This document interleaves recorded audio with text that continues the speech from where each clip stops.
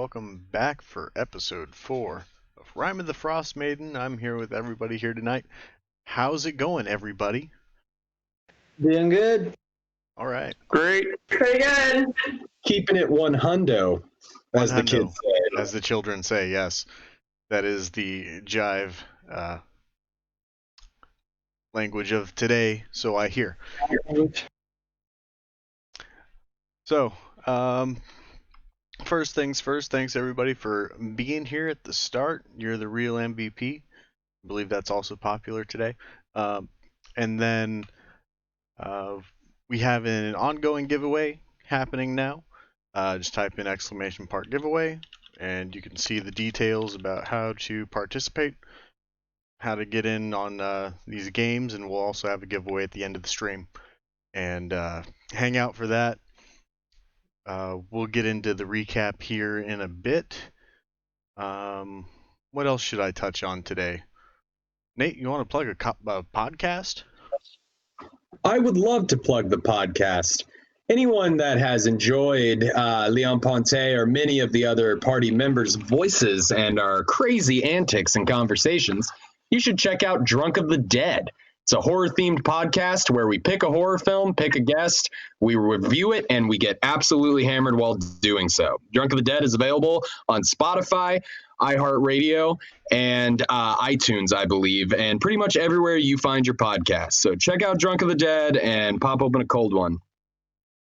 That was very professional. It's almost like you do podcasting in your spare time. Yeah, no, I'm an excellent speaker. Very good. Anybody else have anything they want to plug? A TikTok, a Twitter, anything like that? I guess you could follow me on TikTok if you really wanted to. It's just Clara Plus, no space, no capitalized letters. All right. And Brian, you could find on Twitter. Yes, you can find me on Twitter at Gavalarian. My handle right here on our stream. Look at that. How convenient. Very convenient. I make it easy for the people.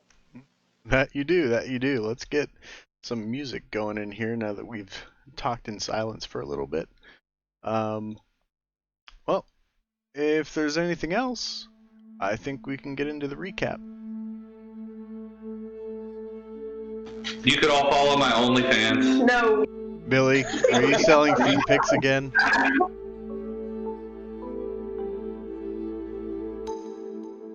All right. Is there one fan on that? Yeah, it's your mom. Oh. Sick burn. What a jive burn.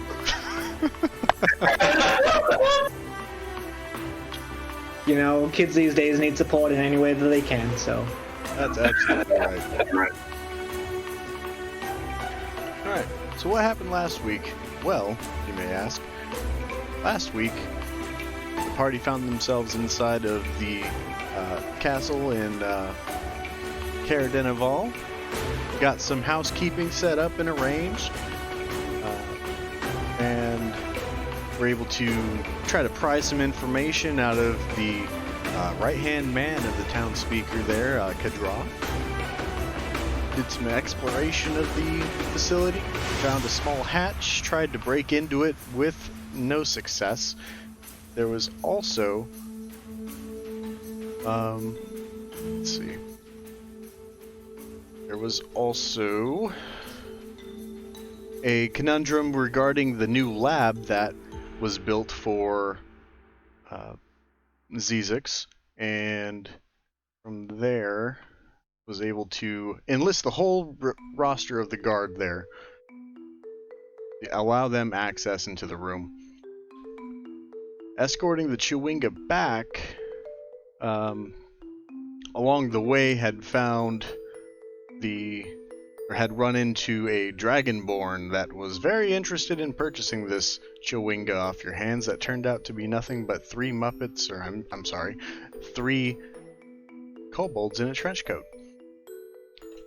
I like that you said 3 Muppets in a trench coat, though, because that's like my Instagram name or whatever. There you go. We just plugged Billy's Instagram there. I don't post anything on it, so it's not worth plugging, but I appreciate it anyway. You're welcome. Then traveling further south to East Haven to return the Chewinga to Velen Harpel, sorry.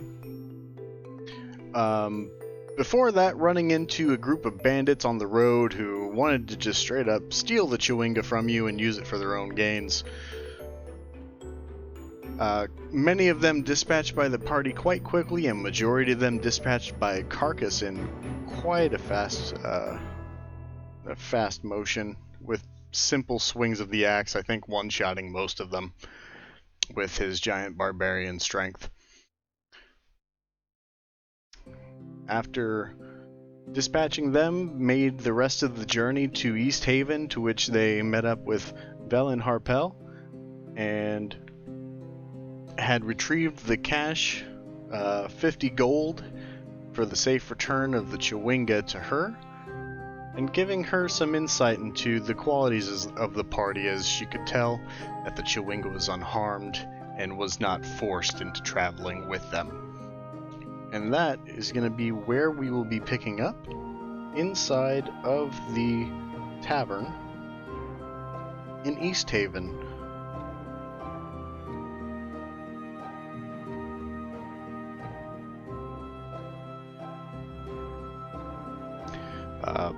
Velen Harpel and the Chewinga have made their exit from the room, and shortly after that, the room starts to swell with noise and background conversations that kind of fade into the ambiance of the room.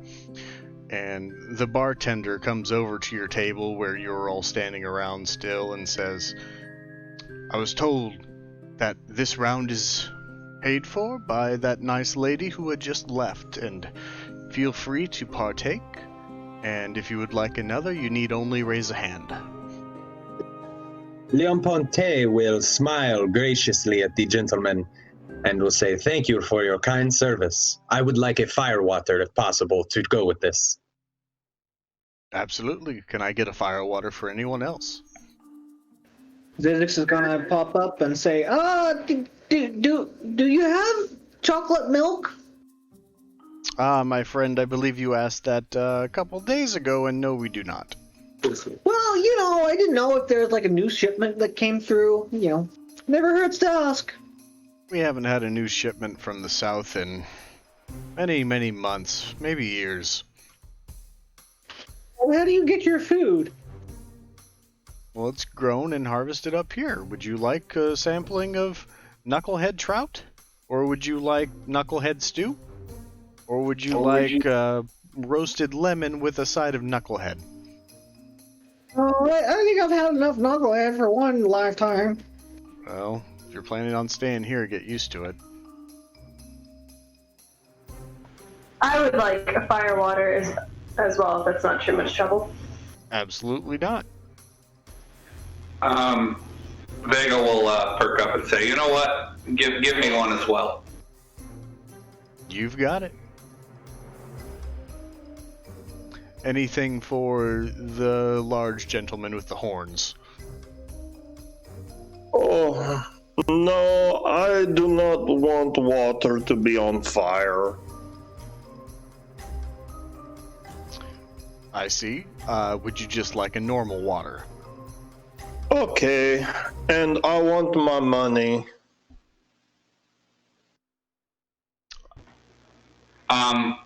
Okay, well, she paid us as a party, and it was 50, so I guess that'd be 8 apiece, with 2 to spare.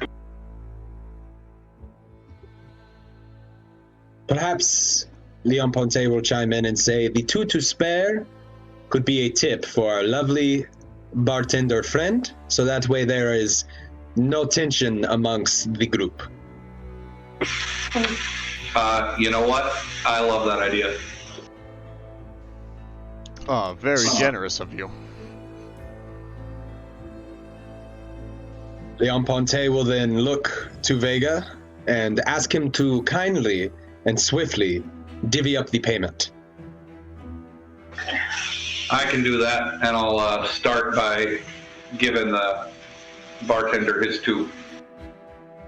And he gladly grabs it from the end of the table and slides it into his pocket. And he says, "I'll be right back with your fire waters."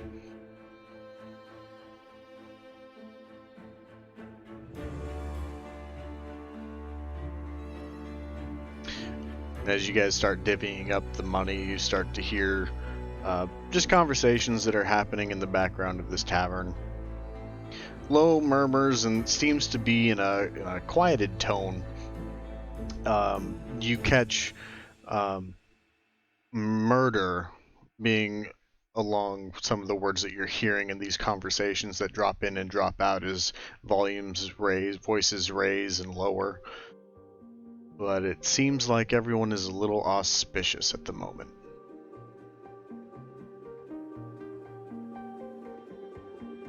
Would you say it feels like eyes are on us? Sorry, you're breaking up. Sorry, would you say it feels like eyes are on us? No, not at all. Okay. I will start more actively trying to listen in on one of those conversations, I guess, whichever is closer to us and easier to listen in on. Okay. Go ahead and make your perception check.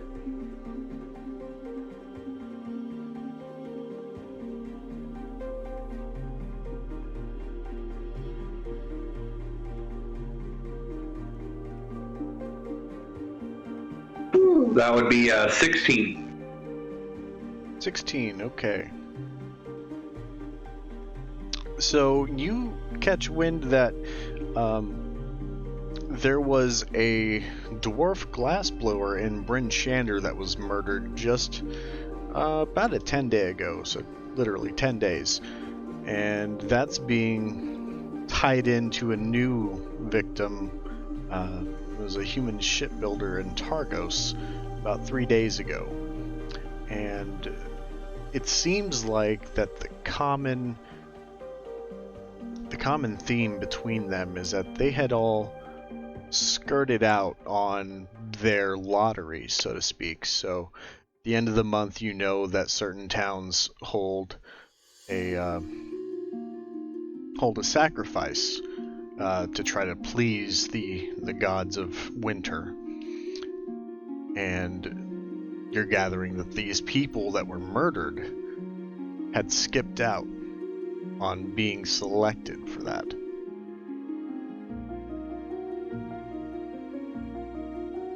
Ah, okay. I see. I will share that information with the rest of the party, I suppose. So I'll look around at them and say, so it sounds like most people here are talking about some murders that have happened recently to people that skipped out on their quote duty to be sacrificed. So like their names were selected as the sacrifice and they skipped out and then later turned up murdered.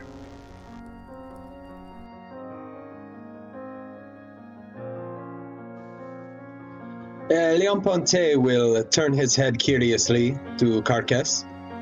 Will ask, "That is all well, my friend, but what does this have to do with us?"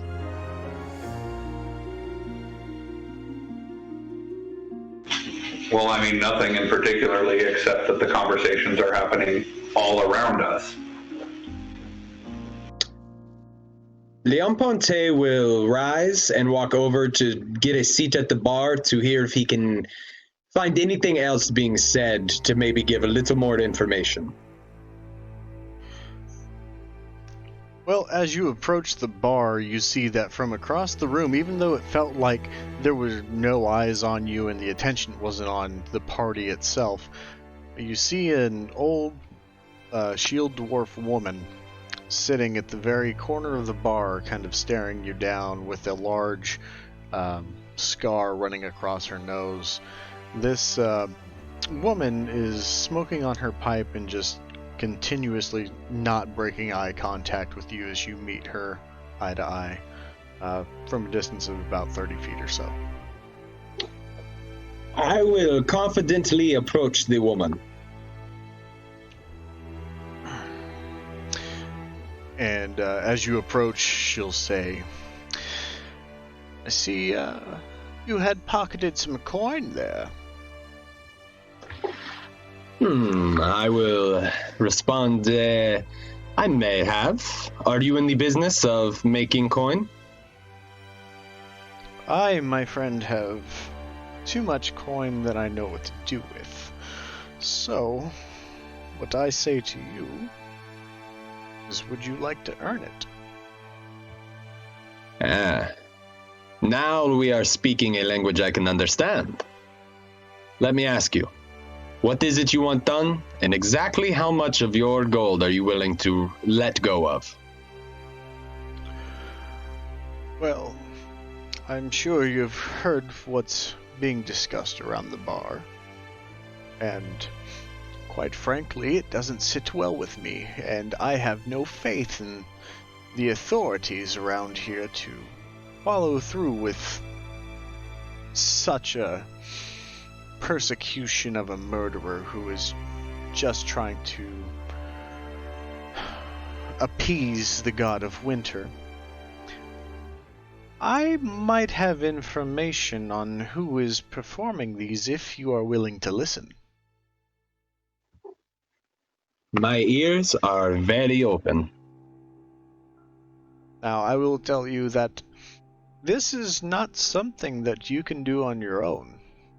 I feel it might be best to gather whoever you would like to bring on this journey, so I can tell them all at once myself. Before I know whether or not your story is worth my attention, I need to know exactly how much you are willing to pay. I have 100 gold pieces I can depart myself with.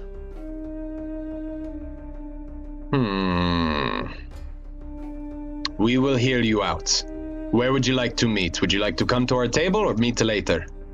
Oh, if you would come to my table, I would appreciate it, as she starts relighting her pipe and continuing to smoke on it. Leon Ponte will walk back to his new friends and snap at the table very quickly and say, you need to follow me now. Carcass. And we'll head that direction. Is I will jump up and head after Pointy. Anybody else?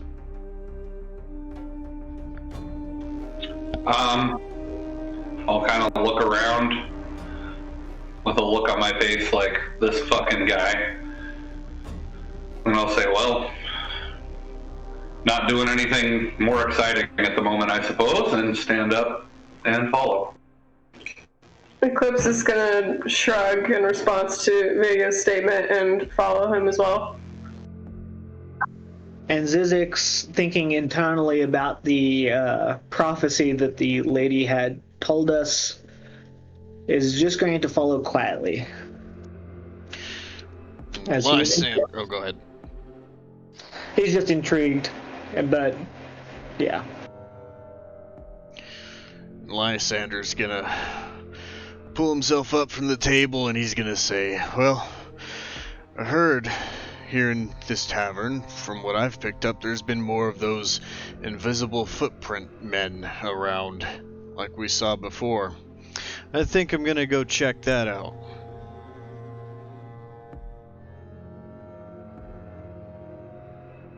And he starts to head out the door, and he's gonna turn back to Zizix and say, if you guys happen to leave here before I'm back, leave a note with the bartender and let me know where you've gone.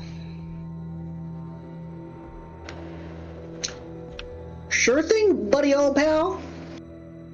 Much obliged, friend. And he tips his hat and he walks out the door. So, that brings us back to the table with the old woman.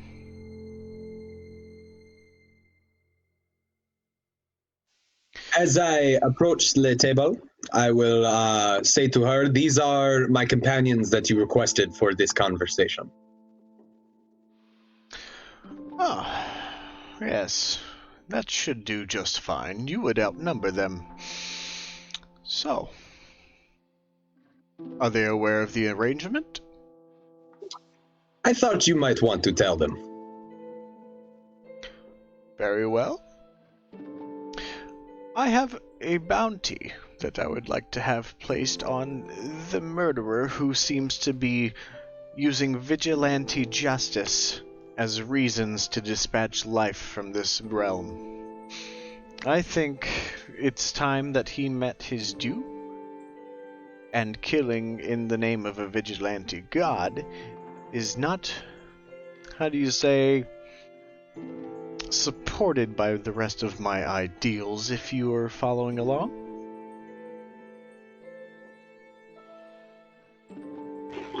Vega will kind of nod and say, yeah, I think we follow. Okay. I have 100 gold pieces. If you are to go and dispatch a man named Sefik Kaltro. He works for a small traveling merchant company called Torgs. It's owned and operated by some shady dwarf named Torga Icevein. Sefik gets around, and there's no telling exactly what town that he's in at the moment, but he makes friends easily. He's also Torga's bodyguard. I'm guessing he's pretty good with the blade as well, judging by how these murders have been performed.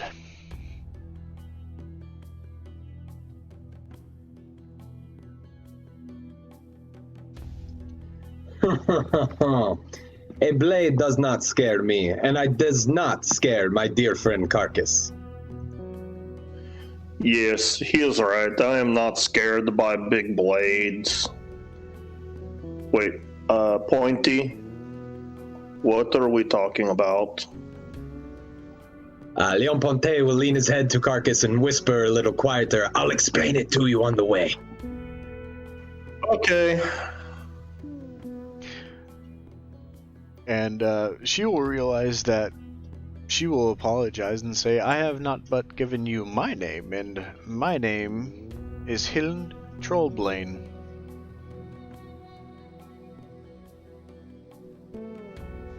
What was your first name again? Hiln. Hiln.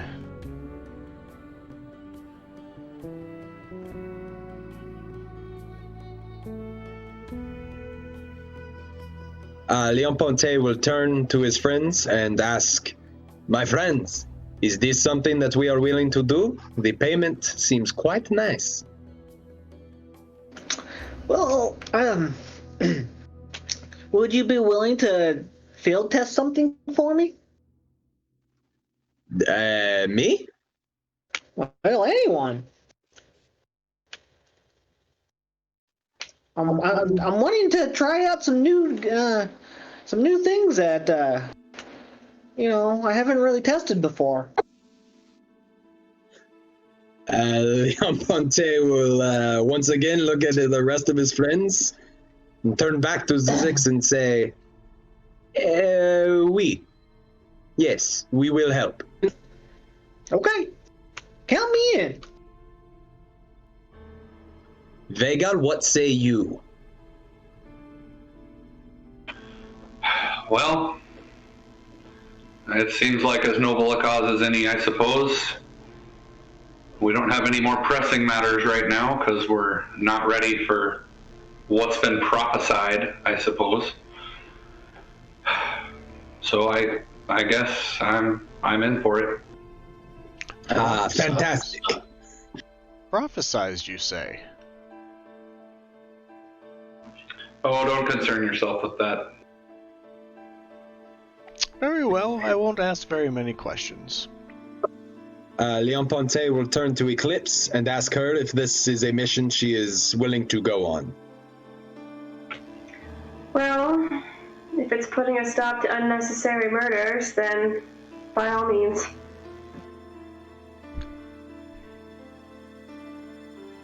And the big pointy one.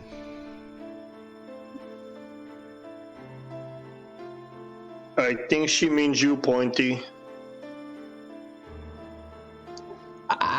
If you are referring to either me or my friend with the horns, we are both in. Fantastic. Then you can take care of this for me. Now, the best information on how to find him, well, he's traveling with a merchant caravan. If I had mentioned that already, forgive me. I am quite old and my memory is fleeting sometimes. But he usually only targets victims that come from any of the 3 towns that sacrifice in the name of the Frost Maiden. And that would be Bryn Shander, East Haven, and Targos. Does anyone know which town is nearest to us? The one you are currently in is East Haven.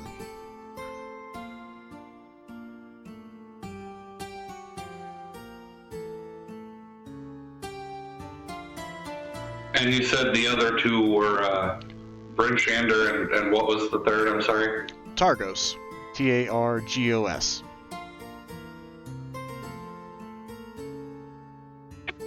And can you tell me the man's name one more time? Sefik Kaltro. Sephek. And then Kaltro. Kaltro. Thank you. I want to make sure to take good notes about this so we can find him as easily as possible. Absolutely. And, what does this person look like? Well, Sefik Kaltro is a man who looks very unique. The easiest way I'd think you would notice him is that he wears no heavy winter clothing whatsoever, and his eyes are as blue as a lake.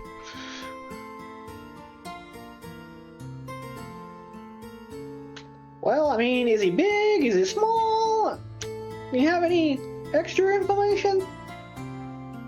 Well, he is, I'd say medium size. I haven't stood next to him to say. But I guess if you had to stereotype him, he would look like someone who would live in Luskan.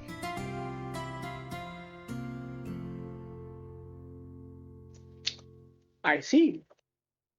So, like a pirate?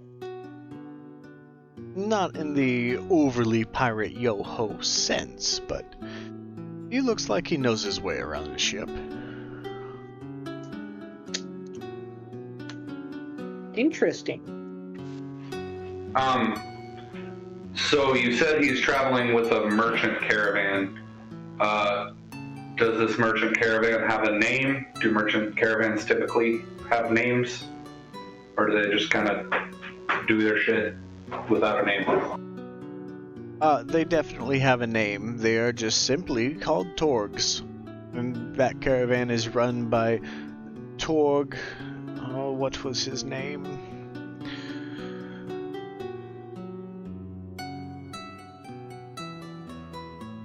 Hillbane, I believe. Torg Hillbane. Do you happen to know which way this caravan is traveling? I do not at the moment know.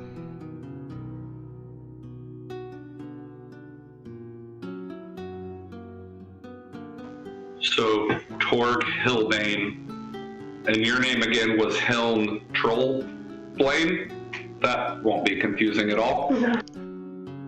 Yes, how silly of me. That surely isn't his name. But, if you just ask around for Torgs, I'm sure that would be plenty. Alright. Well, I'm sure we can find them. Whoops. So, again, Torga Icevein is his name. There it is. It has come to me. Like a lucid dream, it slips away and returns. Are you okay, ma'am? This is some good pipe. So, I am curious. After we find this man, and we bring him to the justice that you are seeking, where do we find you? You can find me right back here. How about that? I will look around at my friends for an agreement before I shake the hand and make this deal. Eclipse will go ahead and nod in approval.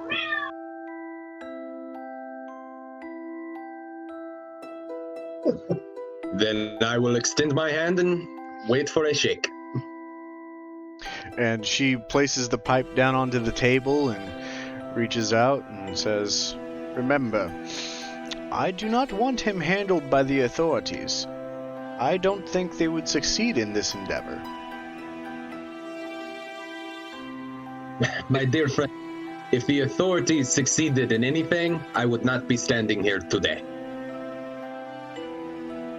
Duly noted. Duly noted. So, what exactly are you wanting us to do with him? Kill him. Oh. I thought that was pretty clear. Well, my mind was distracted, I guess.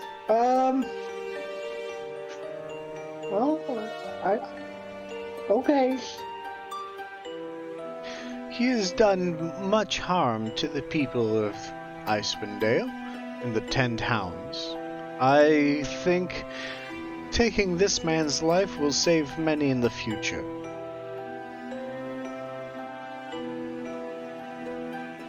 Well, I mean, if he's been hurting innocent people, then I'm in.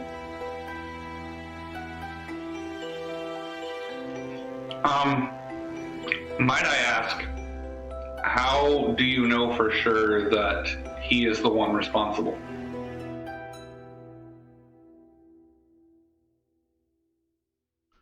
That is a very good question. I had followed Torgs for about 10 days as it moved town to town, and I can't quite ascertain his guilt. I leave that up to you. And if you come back to me and say that this man is innocent, I will leave it at that. But I know he disappears from his caravan at night. And usually, a body is found not so far after that. I see. Okay. So, odds are pretty good that he's our guy, but you're not positive, so we need to find out for sure. Understood. Yes. Yes, that is accurate. We can find a way for this man to confess to his crimes. I'm very happy to hear that. And this burden would be lifted off the rest of the 10 towners, and we'd have one less thing to worry about if we happen to cheat death. I will turn to my friends and ask if we are ready to begin our investigation. Yes, let's go ahead and get on with it. What time of day or night is it right now? I forget when we even got here. So you guys had gotten in past sunset, since there's only 4 hours of light with the Frost Maiden's magic kind of suppressing the sunlight from reaching. So it's probably around 5, 6 in the afternoon or so. Do we want to head out now, or do we want to go fresh in the morning after spending the night here? Well, my opinion is if we are in one of the places he may arrive at, we might as well use the hours of consciousness that we have left in this day to search for him, no? Yeah. Search here until we call it a night, and then if we don't have luck, we can head to one of the other towns in the morning. That sounds good to me.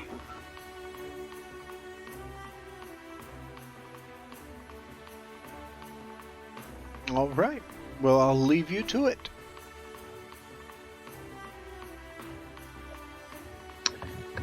All right, my friends. Do we believe that we should search as one large group, or should we split up? It it might be more effective if we split up. That way we can cover more ground. Agreed.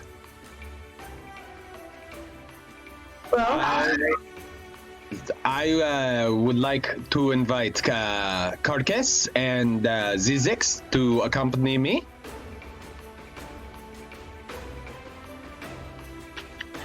All right. Well, I guess that leaves me in Eclipse. That's fine by me. Okay. Can we drink our water first, though? Yes, Carcass, drink your water. You are very thirsty. Okay, I'm going to then go over and get my water and drink it and swallow the 8 gold that I was given. Okay. Let's do a Constitution saving throw just to see how well you can gullet those 8 coins of gold. That's a 23 save. Oh yeah, no problem. It's like you've done this before.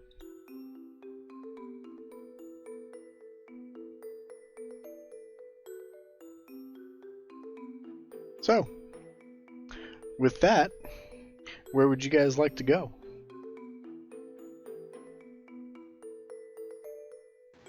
Well, I'd like to, if I see Carcass eat his gold, I'd like to look at Pointy and see if he also saw that, and if so, how he reacted to it. Leon Ponte will look at you and say, what he does with his share is his business. Fair enough, I will chuckle.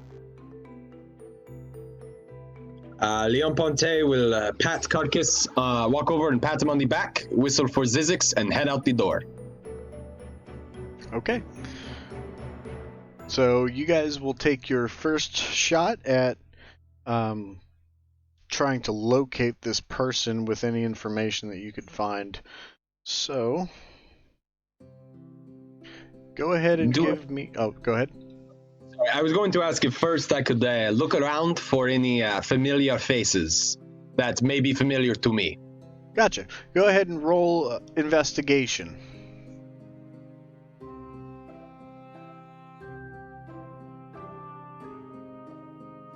That will be a 15. 15, yeah. As you exit the bar and you turn the corner towards the lakeside, you see a familiar face kind of hovering around the docks. James M.F. Quincy is who you locate. You know him as Mage Finder from Inconspicuous Activities. Then we will approach the Mage Finder. And he'll be able to look up and he'll see you and he says, "Ah, La Pointe, how is it that we find ourselves face to face once again?" Oh, believe me, friend, and I say this sarcastically, if I had it my way, our faces would not meet, but it seems that destiny had other plans, and then I will extend a friendly hand to him. And he will take it and shake it very firmly. He says, "Have you heard anything interesting lately? I'm looking for work." Unfortunately, my friend, me and my companions are working right now, and I was wondering if I may bend your ear for a moment. Absolutely. How can I help an old friend? What can you tell us about the caravan known as the Torgs? Okay. Let's go ahead and make one more investigation check.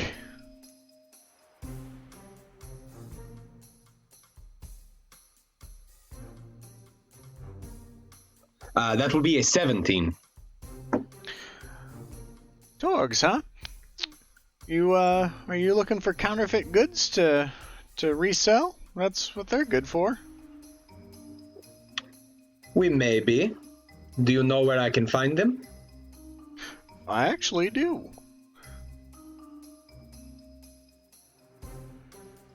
Leon Ponte will retrieve 3 gold from his satchel and hold it up in front of him.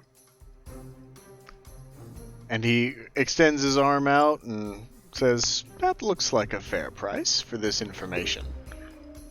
But first, the information. Sure.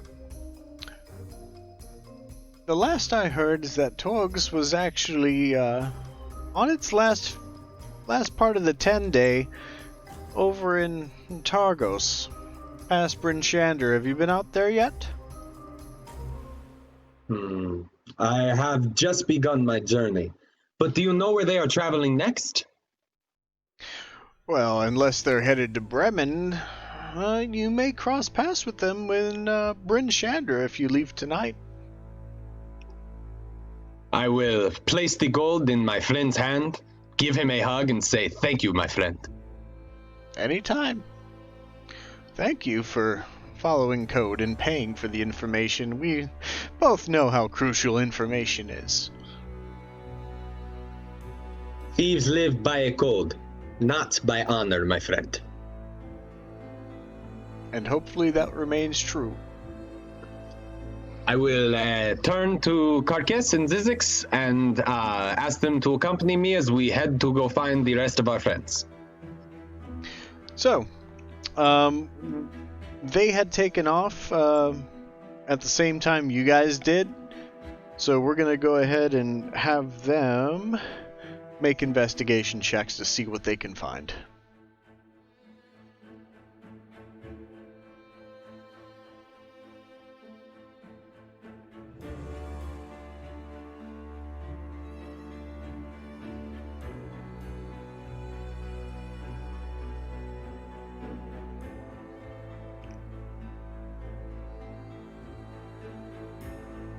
Sorry, what was that? Investigation to try to find information throughout town. All right, let me roll that now. Mhm.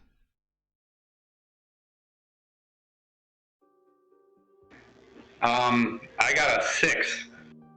And I got an 11. An 11. Combined, it makes a 17, but it doesn't work that way, unfortunately.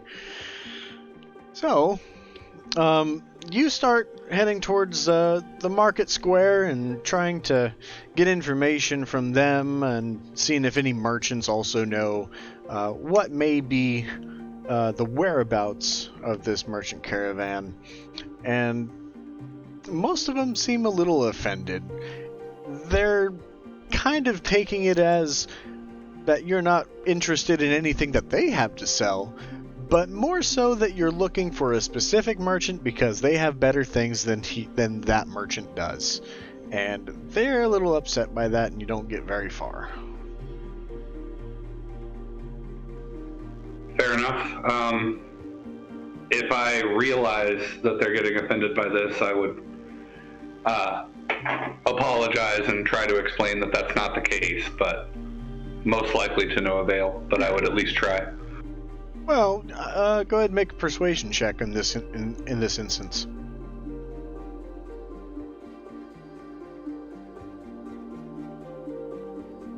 Well, that would be a 20 not natural.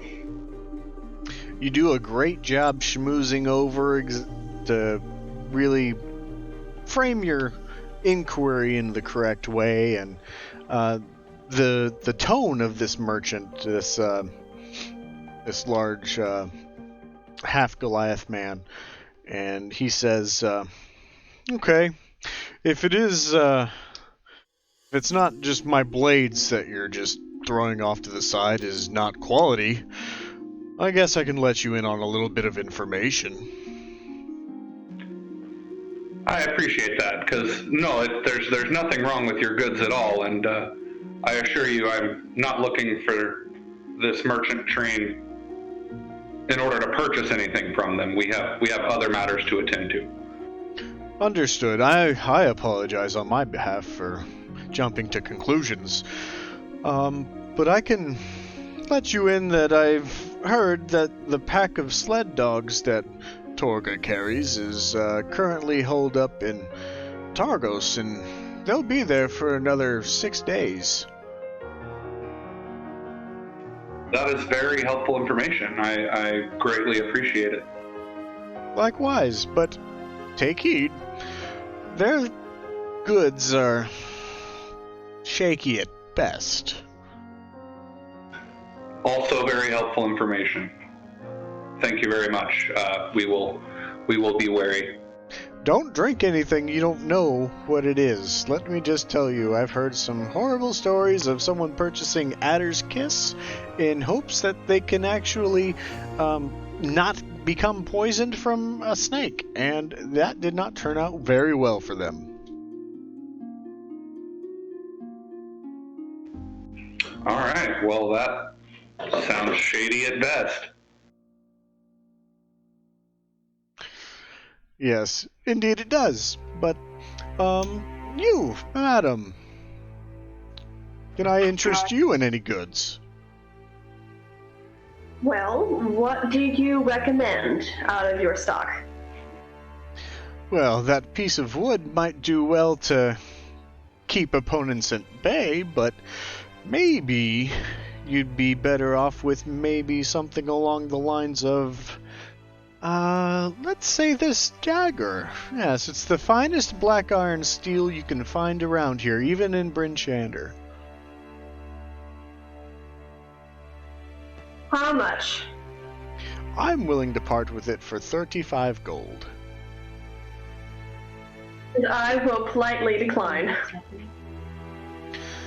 Understandable. If the price range is too high, I completely understand.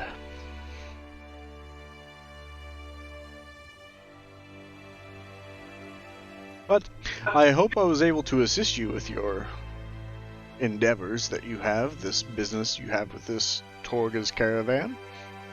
Oh, quite. You were very helpful.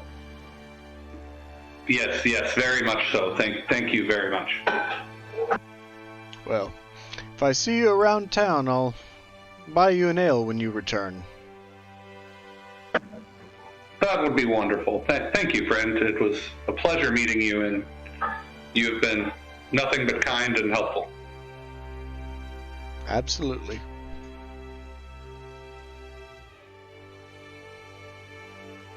So. All right, then I guess we'll head back to the inn to try and find everybody else. Okay. So you don't have to travel far, because it turns out that your party members were also looking for you. And you meet up with them in the city. Not too far off from the market square. Eclipse will ask her other party members, so what did you gather? Well, we gathered a location and a time, roughly, but we do need to leave tonight to intercept. We also gathered a location and a time frame. But I'm unfortunately not. What was the location that you gathered? That we need to make our way to Bryn Shander. Huh. Well, that is not the information that we gathered. Are you doubting my friend the Mage Finder? I'm not saying that, but I am saying that we received contradicting information saying that their dogs were holed up in Targos and would be for the next 6 days.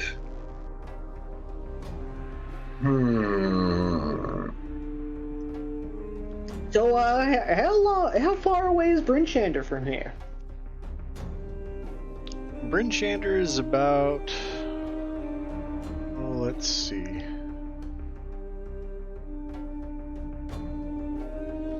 Does anyone in our party possess a map? I assumed one of you had a map in your loadouts. I do all my traveling freeform.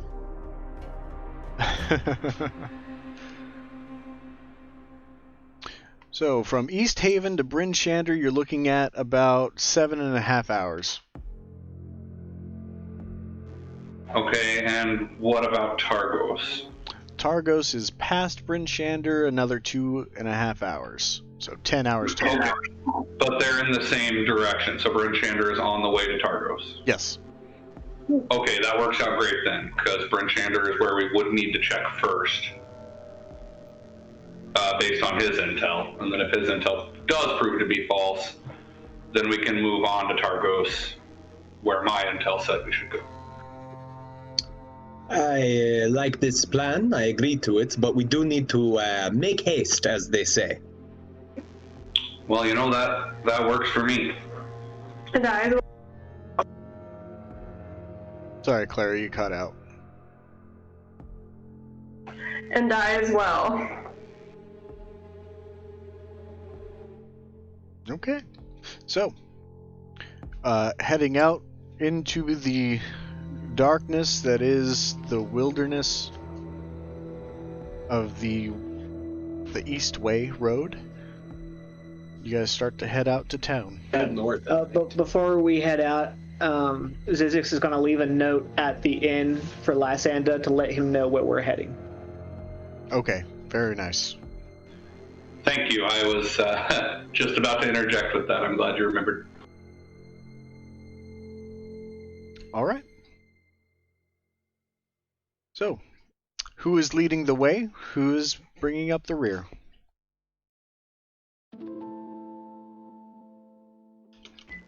I suppose I could lead. I will carry up the rear. Okay, perfect. So, Zizix will stay next to Caucus. we set out into the wilderness, heading off the trail going west, headed to Bryn Shander. I would like Vega to make a survival check.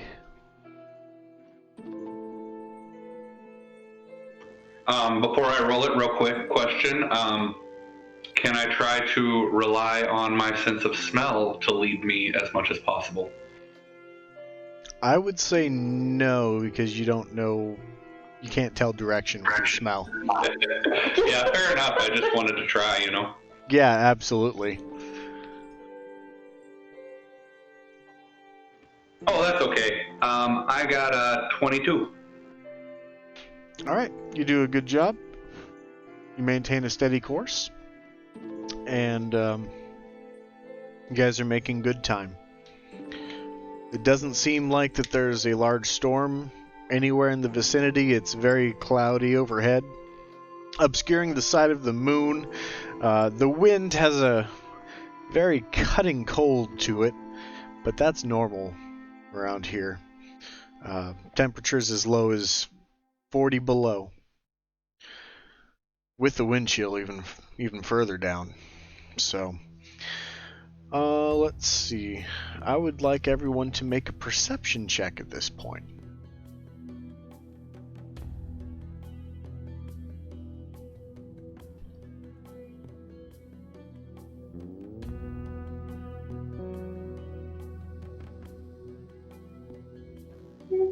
You want us to just yell them out, or you want to ask for each person's?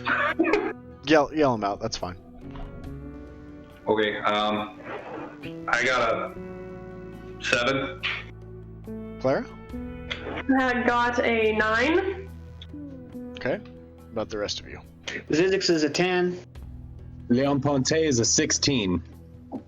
Carcass is 17. Carcass, you're able to spot off about 60 feet away from you on your right, you see 2 large cats that are prowling in the snow that seem to be stalking the roads. I will quietly point to them and get Pointy's attention and say, "Look at the kitties." Leon Ponte will, when seeing this, will get the attention of the rest of the party and say, "Shh, we are not alone. Look." And you call attention to them and point in their direction, and they drop down to the ground and they kind of burrow into the high snow. They notice that they've been spotted. But you see their tails whipping up just before descending into the snow pile. Leon Ponte will draw his short sword and suggest that we keep moving, but keep an eye.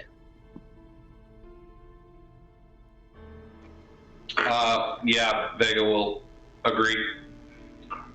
Also drawing his dagger. Eclipse will keep her quarterstaff ready as they move along.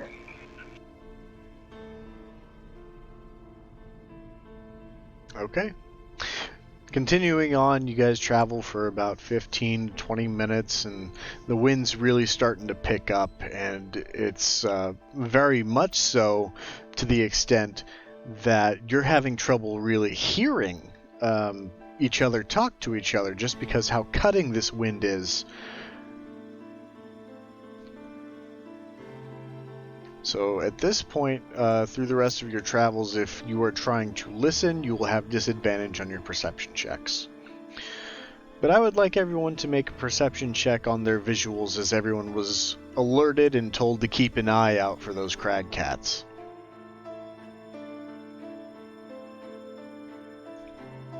That will be a 12 for Leon Ponte.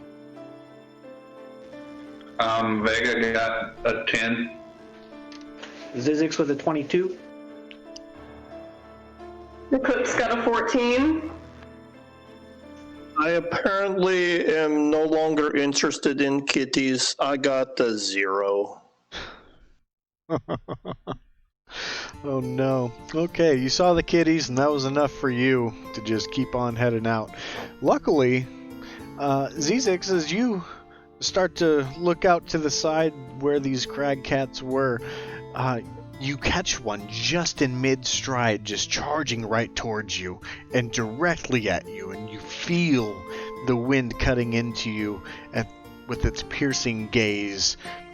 As I would like everyone to roll initiative, as you are not surprised.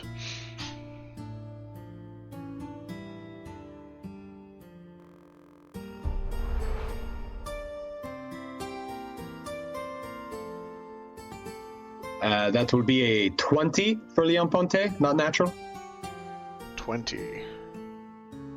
That'll be a 14 for Eclipse.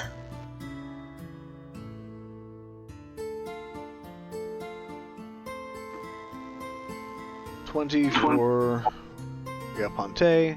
How much for Eclipse? 14. 14? Yes. Okay. Carcass. Carcass is 18. Zizix? 10. Alright. Vega. 17. Okay, so 2 of these crag cats charge, and they start to, let's see. They're charging with the intent to intercept Zizix. Both of them are. And Leoponte, you're about 10 feet away from Zizix at this moment. What would you like to do?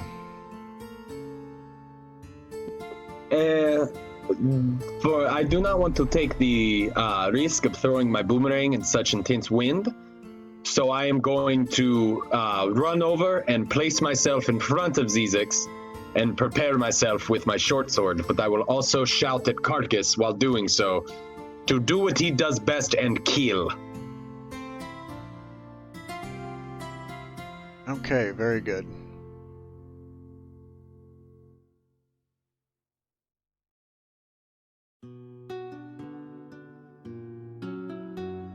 Alright, and next up will be Carcass, indeed. How far away are crag cats? They're about 30 feet away from you. Good, I will charge one. Okay, go ahead and make your attack. That is a 21 to hit. That'll definitely hit. That is 15 points of damage. 15. Very good. Anything else you would like to do?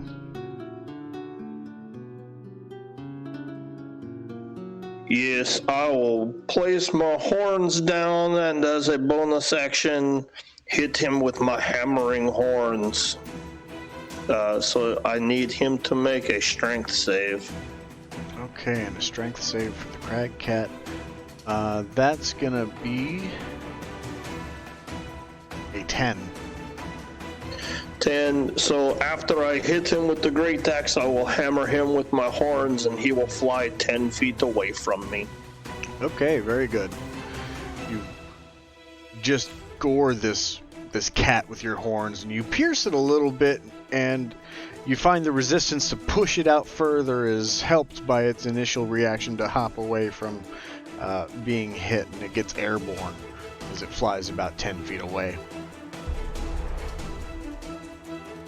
That brings us to Vega, as there is a crag cat that has been just hurt badly from Carcass's initial blow, and then one still en route to intercept Zizix.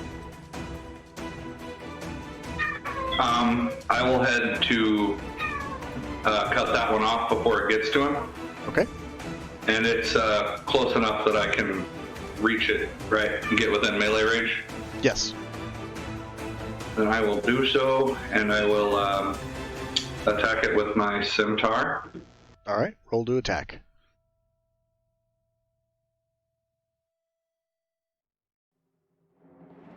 Well, shit. That's a 7. A 7 will miss, unfortunately. Is there anything else you would like to do with your turn? Well, my 2-weapon fighting only works if my first one's a hit, correct? I don't believe so. I think you can still use your bonus action to take a swing. Oh, cool. Then I will take a swing with my dagger as well. Okay.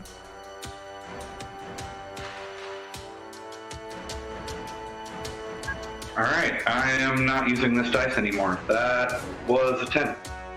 And that will miss as well. As you swing out with your scimitar and then backhand it with your dagger, it seems to be able to evade every swing that you take at it, as it's a very agile creature, and it just seems to be that it's a situation of you can't hurt what you can't catch. Yeah, fair enough. Well, I will be taking a different approach next turn and not using that bullshit D20. So hopefully that'll go better. Eclipse, it is your turn. Alright. I would like to swing at that cat with my quarterstaff. Okay, go ahead.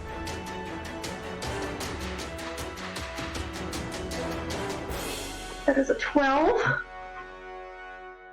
A 12, that will just miss. Dang it. What else would you like to do? Wait for the next opportunity. I can't do much in this position. Would you like to use your bonus action to do an unarmed strike?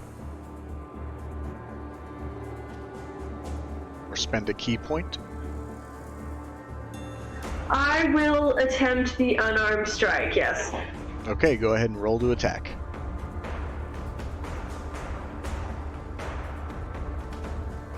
That is a 22. And that will definitely hit. Go ahead and roll damage. That's 5 damage. Okay, very nice. So you take a swing with your quarterstaff, and much like Vega's having issue making contact with it, you initially didn't either, but this cat was not expecting you to jut out your paws and make contact with it right in its skull and land it for 5 damage. Very nice.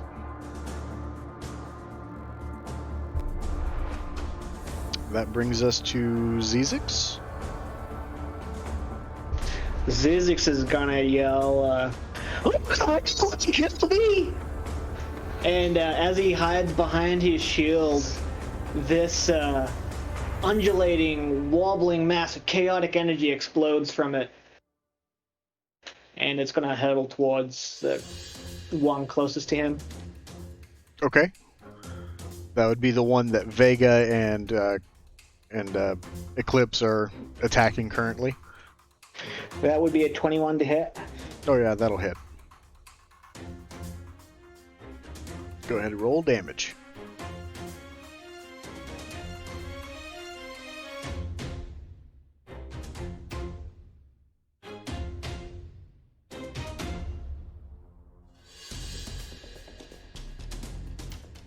That is 9 lightning damage. 9 lightning damage. Very nice. So you strike your shield into the ground and cower behind it, but unleashing a bolt of energy that jumps out and strikes one of these crag cats that seems to be eluding your party members, and does so with a fair amount of damage. Is there anything else you would like to do? Cower. Cower. Alright, continuing to cower. Very good. And that brings us to the crag cat's turn. And first item on the agenda is going to be attacking Clara, the eclipse of the moon. And it is going to try and use its it's going to use its claws initially. That is a 20 not natural to hit. Well, yeah, it is. Okay. That's going to be 5. That is 8 damage with its claws. Great. Alright. It seems to want to take the arm that struck it for a trophy on its own as it just shreds the arm going down that attacked it. The next one, who is knocked further back, looks to be directly challenged by Carcass, and it will start to charge at Carcass himself.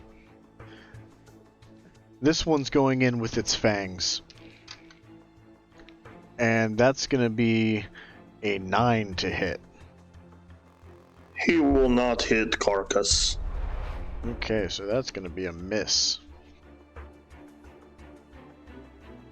And that will be the end of their turns as they unsuccessfully charge at Carcass and try to grab hold of a leg, but Carcass is able to fend him off with his great axe and get position and ready to strike for his next turn. Next up is going to be Leoponte. And how far away is the nearest cat to my person? They're probably both about 10 feet away. Alright, I'm going to play the numbers game. I'm going to run at the one engaged with Carcass. Okay. And upon reaching, I will take a strike with my short sword. Okay, go ahead and roll to hit.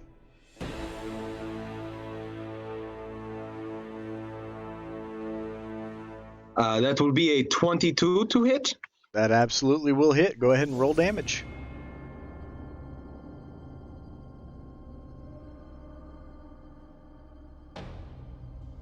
That will be 7 damage. Very nice. You swing with your sword and you land clean as this cat is just solely focused on Carcass because it launched it previously, and then its eyes glare towards you. And you can tell the desperation in this cat as it lets out a large, woman-like shriek.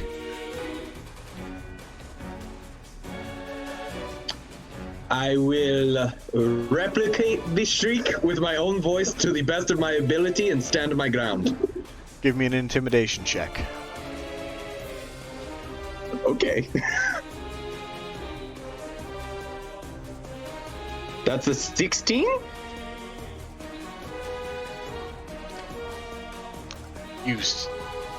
You anchor your feet into the ground, and you say it with your chest, and you replicate the sound of sheer terror and try to project that feeling onto this cat.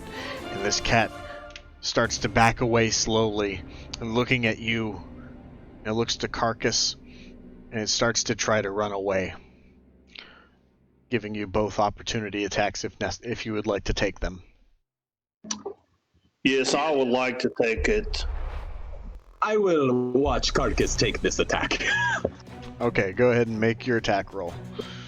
Right, that is a 26 to hit. That absolutely is going to hit. What is your modifier? Is it +7? +7. Whew. Whew. All right.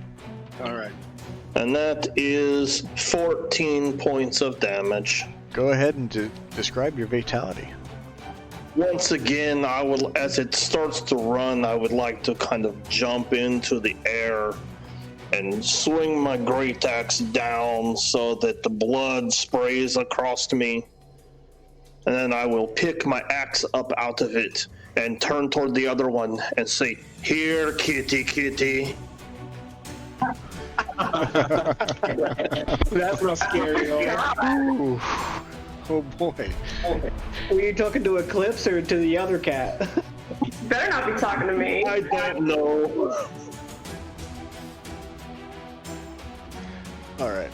And that should bring us to Carcass's turn, I believe. I just lost all my initiative orders. Yes, that is correct. I would like to then charge at the other one and swing my great axe. All right, go ahead and roll to hit. I am going to recklessly attack it. Okay.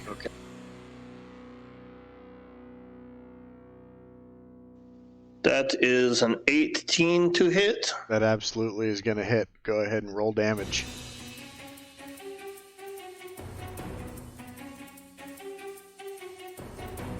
That is 13 points of damage. All right. That does a good amount of damage, but it's not enough to take this one out, as it seems to be very, very upset and bloody, and looks to be determined to continue fighting, even though it seems to be outnumbered. I believe that brings us to Vega. Alright. I am going to cast Primal Savagery on myself and attack this thing. So my teeth and my fingernails are going to get sharp all of a sudden. Mm-hmm. And yeah, if I hit this thing, it'll be acid damage. So let me roll this attack here. Do it.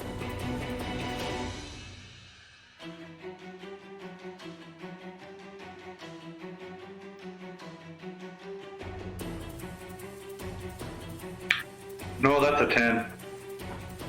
That unfortunately will miss, as your ability to get a good angle to swipe that large arm of yours with its elongated nails just misses. This cat is still agile as ever, but more so in desperation mode to try to persevere and survive this encounter.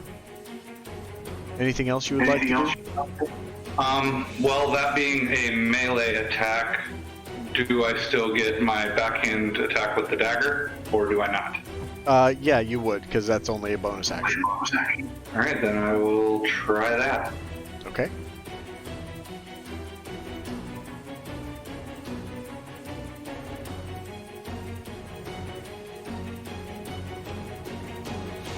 Okay, that'll be a 19. That will hit. Go ahead and roll damage.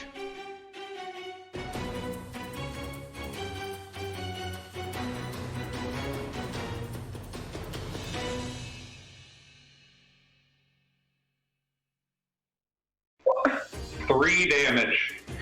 Go ahead and describe your fatality. Alright, well, my teeth and fingernails are still dead sharpened, I suppose, and I swung at it and missed. So then, still looking all weird with my sharpness. I'll spin back around and just kind of jam the dagger straight into its ear hole. And you do so very swiftly after it dodges, almost like you were anticipating it to dodge your attack as you plunge the dagger into the head of this crag cat, and it goes limp. And that takes us out of initiative. You guys have survived the battle. Leon Ponte is immediately going up to Zizix and grabbing him by the little shoulders and saying, "You did so well, my friend." What did I do? You shot the lightning from your shield. That was so impressive. Usually you simply hide and you puke. I mean, I feel like I did that. But you did the right thing. Yeah. And for this I am proud. Yeah, I wish I could say that I meant to do that, but I don't know what happened there. Well, now that the kitties are dead, shall we move on? No?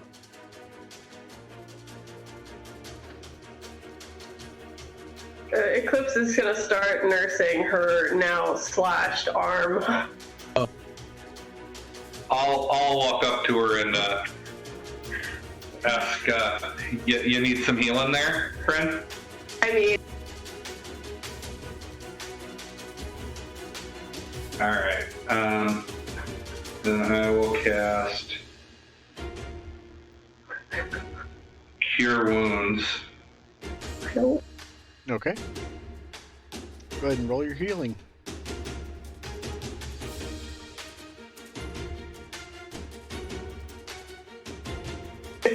Alright, well, you got 4 there. thank you, much obliged.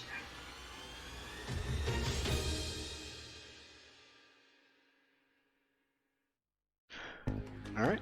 Any other recuperation that is needed before you start traveling again?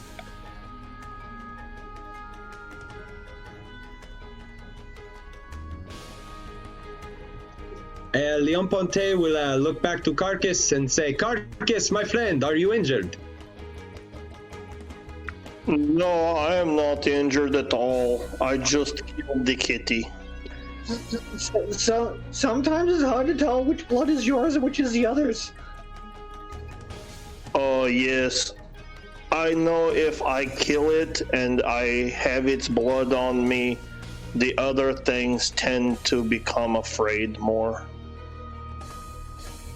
Leon Ponte will turn to Zizix and see, he cleared it all up for you. Let's move on. It's still just like stone, like just really rigid and not really capable of moving because he doesn't know what the hell's going on. Yes, I remember that you do not like the blood. I will clean myself up. I'll walk over and pick Zizix up and kind of throw him on my back as we keep walking. Yeah, Zizix is clearly shaking. Okay. And for the record, just to paint a picture here, I'm picking him up with my trunk and then setting him on my back. Yeah, he's small enough that you're able to do that, no problem. No problem at all.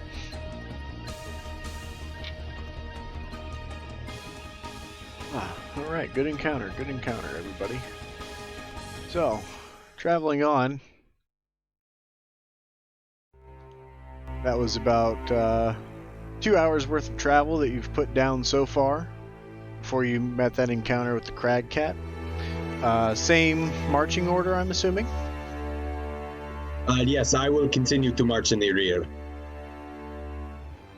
Oh yeah, I'll keep leading, I suppose.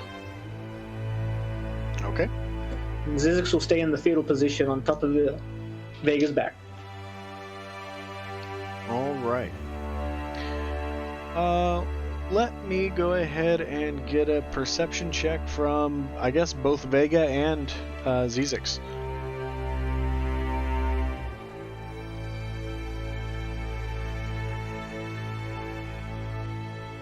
That's an 18 from Zizix.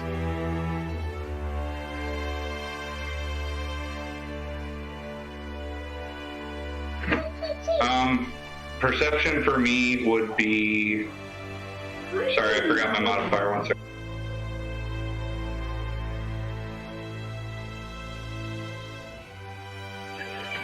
That'd be a 5. Okay, so Zizix with the higher vantage point can see further out in the distance, and you see a group of 5 or 6 people heading your way. Seems like they've made the journey from Bryn Shander as well, heading to East Haven or the Crossroads as you guys are soon to approach. Zizix is gonna yell out to the party, "Everyone, battle stations! There's an army approaching us!" Leon Ponte will put a hand up and say, 1 minute. What, Vega, what is happening up there? I'll try and look again now that I'm actually looking for something. Do you want me to re-roll a perception for that? We're gonna say they're just out of sight of you as you guys are kind of going uphill, and he only got able to see it because he's higher up on top of you. Then I guess, can I see if I smell anything? Yeah, actually, go ahead. Alright.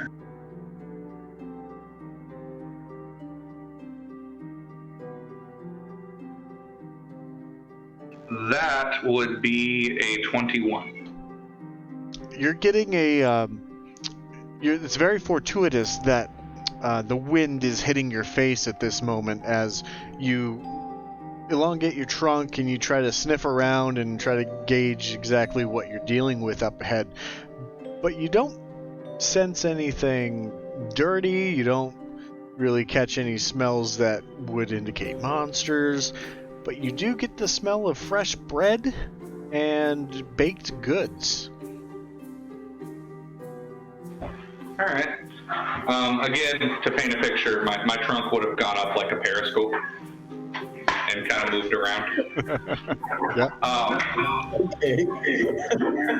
And once I catch that whiff, I will say, I think that whoever's up there is just merchants, because I smell baked goods. So I think they might just be trying to sell some fucking food. So if anybody's hungry, maybe we can catch up with them. And Zizix, you would know that they're heading in your direction. Well, they're heading this way, so swords drawn, guys! Hey, my friend, let's not draw these swords until we know we need to draw these swords. Everything on this road wants to kill me. Buddy, I don't think they're gonna kill you with bread. I think they probably just... Oh no, those French gloves are pretty hard. You know... What? Those French loaves are pretty... Oh.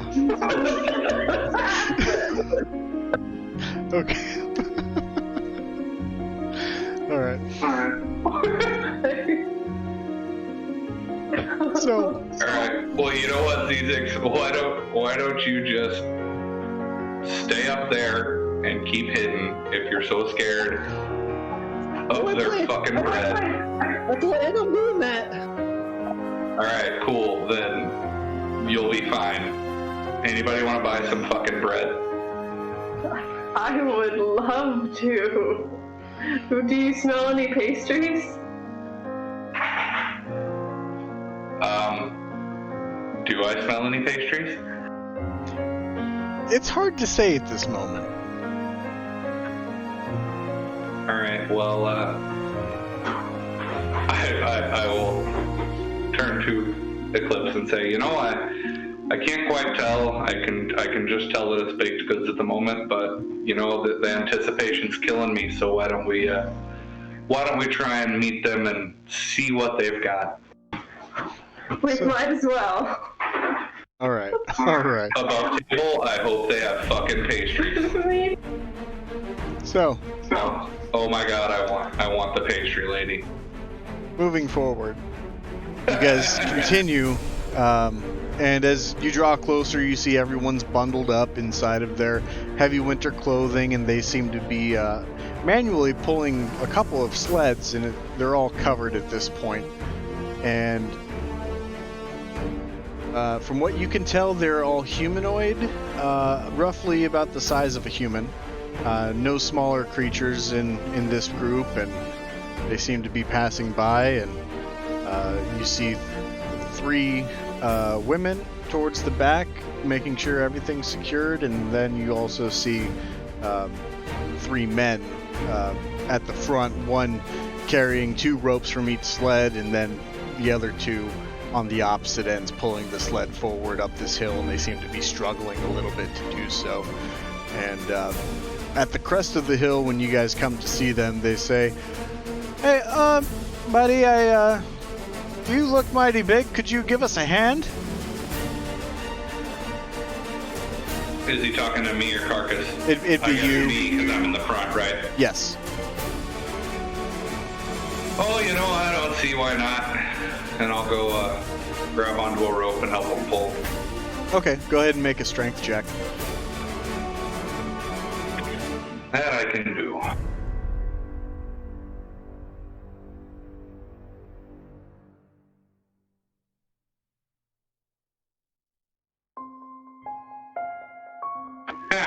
That would be a nat 20 plus 2. Oh, geez. You grab both ropes from the guy in the middle, and you start pulling back up the hill, and to the point to where the women are kind of jogging to try to keep up with the sleds as you're just strongman competitioning this thing. And you bring it up to the hill, no problem, and you're even so careful to leave it at the crest of the hill and not too far forward, so they start sliding down. Right on. Well, I'll just kind of get it up there, set it back, and then did the guy that I took the ropes from stay like right next to me the whole time, or did he kind of lag behind a little? He would have stayed next to you, maybe a little bit, like maybe a few feet behind to assist the cover from going off. And he's going to look up and say, "Huh, you made that easy. We need to find you. Are you looking for employment?" Not at the moment, thank you. And I'll hand him the ropes back. Well, here, We we can get you a little something for your help, and everyone is in view of this at this point as he lifts up the cover and he grabs out a French loaf. He draws it out slowly. Kind of similar to a sword, you'd think, Zizix. I'd have my dagger pull just peering over the top of Vega's kind of shoulder.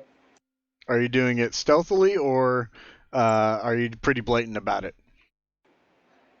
It'd probably be stealthy. Okay, go ahead and make a sleight of hand check.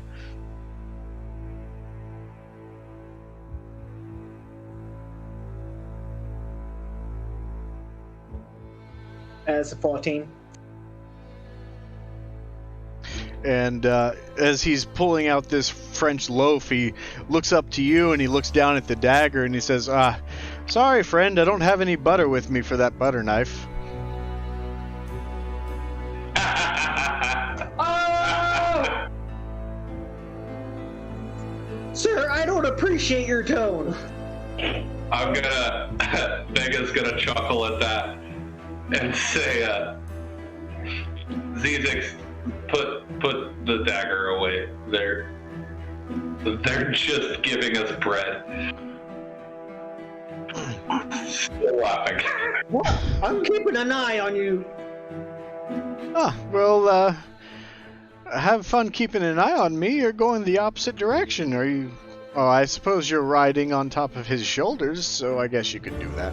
Never mind. And then Zizix is going to tap his monocle and say, "Oh, I see better than you think I do." Megan is going to interject before either of them could say anything else and say, I'm sorry about my friend here. He's a bit skittish and a bit, well, he's kind of a pussy is what he is. So We just got attacked by crack Great moment. What was that, Z6? Did you just not see that we got attacked by some crag cats? Yeah, and they hurt Eclipse very slightly, and no one else, and we took care of them easily. So there's no reason to be scared, and these people are trying to give us bread. I mean, I get it, you're scared. Fine, I'm just apologizing to him because you're scared, and therefore drawing a dagger on him for, offering us bread. I'm just trying to be prepared. That's fine, I'm just explaining the situation to him so he knows why you're pulling a dagger. Alright, Leoponte, everyone was talking. Were you trying to interject there? If I could just briefly interject. I apologize for my friend. He is a little on the edge, as you say. I also, very quickly, am curious. Do you know of the caravan known as the Torques? Let's see if he is aware of them. Sorry, friend. I, don't seem to be familiar with them. What do they specialize in? Nothing that you need to worry yourself with. It was a pleasure to meet you. Likewise, and if I did hear correctly, you also took care of the crag cats up ahead? Oh yeah, they were trying to get our little friend here. I guess he looked like a tasty little snack to him, so we took care of him. Well, in that case, I really want to offer you a job. Again, fine at the moment, but thank you. And I'm going to interject and say, well, he didn't really do anything. It was the big guy back there. And he's going to point to Compass. I'm gonna kind of tilt my head up at him as he's, on my back and say, well, I did just about as much as you did there, friend. So mind your tone and remember whose back you're on. I'm just saying, he did it all. He did pull most of it off. Yes, that is correct. And he says, well, if I can't interest you in a job, then at least take these. And he pulls out 4 pastries from the cart and says, they're quite delectable. Young lady here has been perfecting her craft. Eclipse will approach. Sorry. Eclipse will approach the man and say, pastries, you say?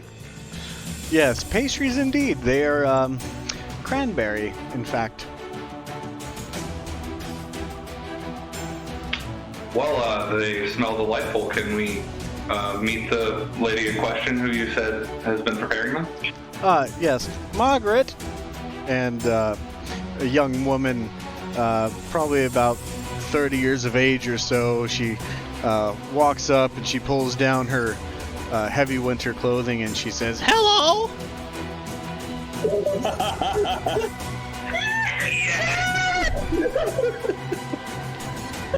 Everyone on the chat's got to be like, why is this so exciting to all of them? No one outside of the actual players right now know why we're so excited for the pastry lady. My hero. I've been working on this recipe for the last 5 years or so. Well, they smell delightful. Thank you very much. Yes, my mother did a good job, but ever since she took that job in Long Saddle, she kind of left everything to me. She put me through Bard's College, but that didn't really pan out. A lot of people were fluent with the pan flute, but that's not me. Okay. Yeah, not a lot of We have water.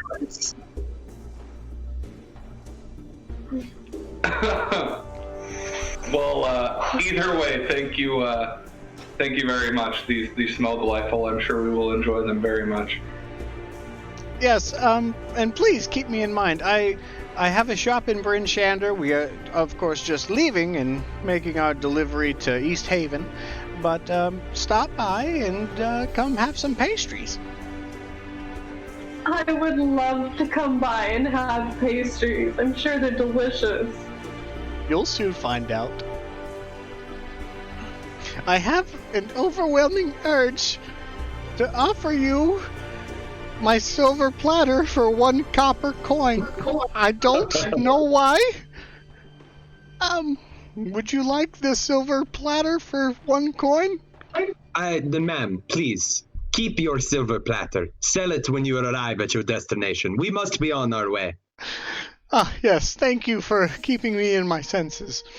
I don't know what came over me. And she tucks the platter back down into the cart. No.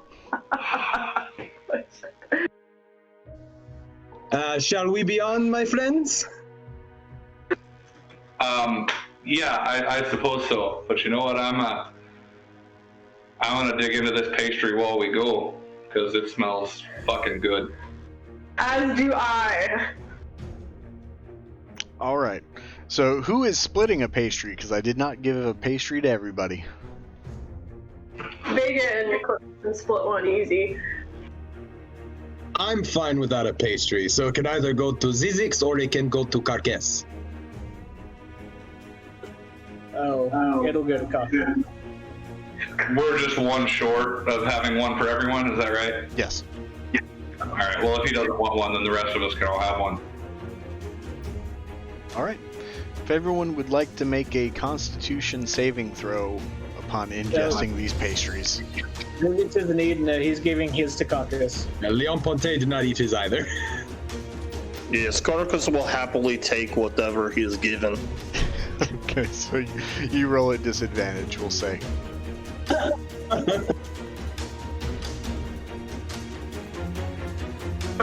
Alright, I got a 13 there. Okay. Eclipse got a 4. Okay. At disadvantage, I got a 20. Oh my god. Wow. This Carcus rolls very well tonight. It seems to be that way. Is that everybody that was eating? Yes? Sorry, Billy, I was talking over you. What'd you say? Oh, you're fine. I just said except for that one perception check. Just that one. So, Eclipse is the only one that really feels this kick in. And as you guys are continuing on, you're munching on your pastry and you finish it. And about 30 minutes or so, Eclipse, you kind of stand in place and you feel this overwhelming sensation of joy and bliss. And you find that your eyes are closing and barely standing upright with the wind at your face. But you stop moving.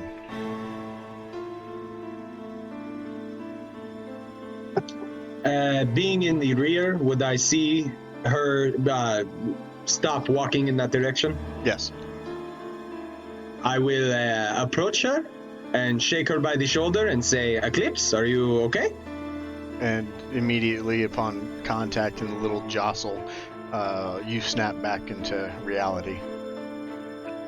I am not quite sure what just occurred, to be fairly honest.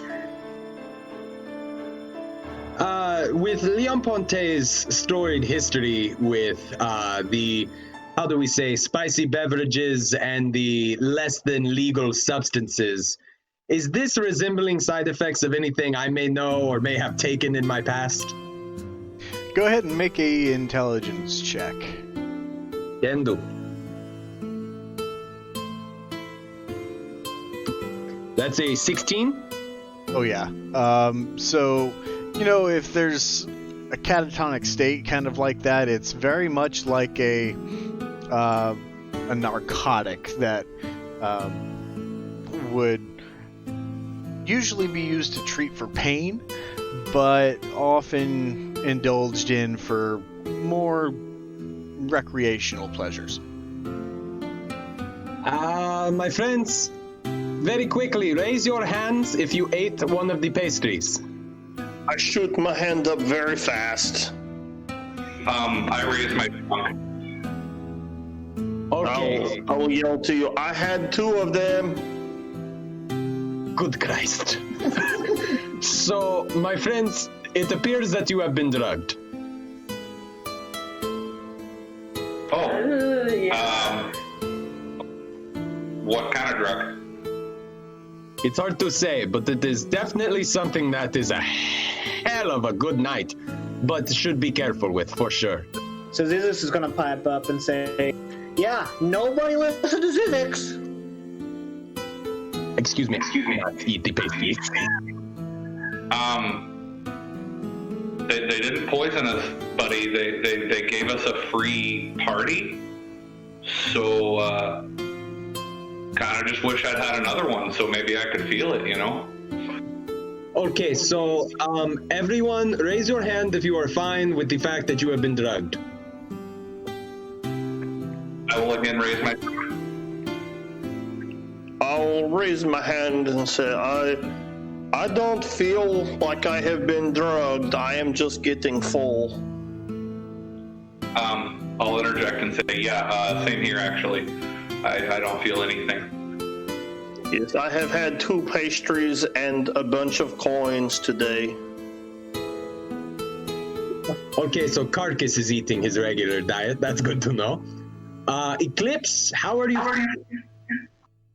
And at this moment, when he says this to you, you start to fade back, and his voice becomes but a memory as you see a happy childhood memory start to manifest in front of you as your eyes start to shut and your arms kind of go to your side and you start leaning back. Give me a dexterity saving throw at disadvantage.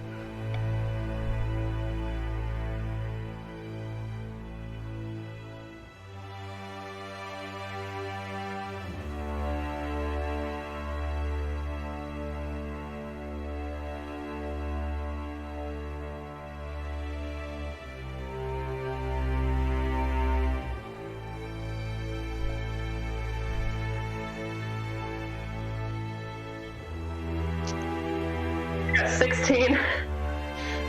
You start to feel yourself fall way back, and you jolt awake and you bring your back foot further back to catch yourself from falling backwards, and you essentially caught yourself almost drifting away again. This is not good. I will signal to Carcass to come over to us.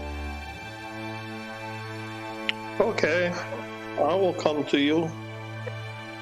Eclipse, would you mind if Carcass carried you for the rest of the journey, or at least until you feel more yourself? It would put my mind at much ease. Not at all.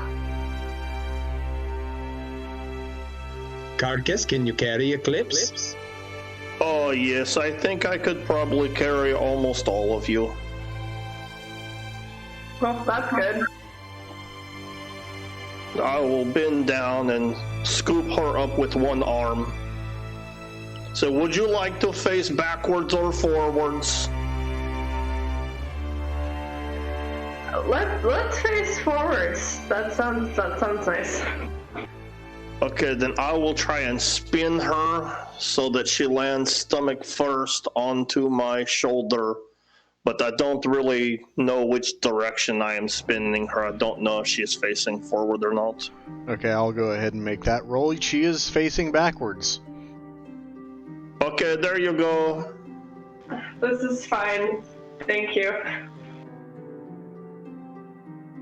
All right. So, onward, my friends, once again.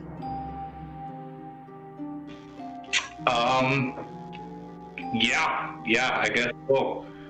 Okay, who is going to carry Pointy? No, I was saying to Carcass, no, my friend, I can carry myself. I'm walking just fine, but thank you for checking.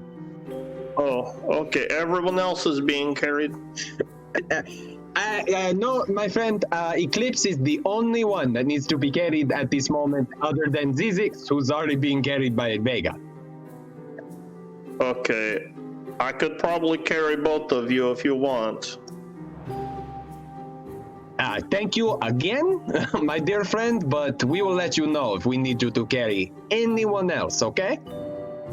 Okay. Thank you.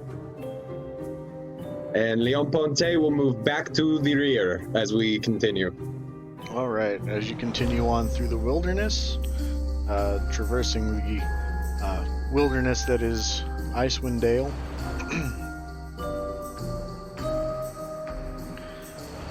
Let's make some rolls. Let's see.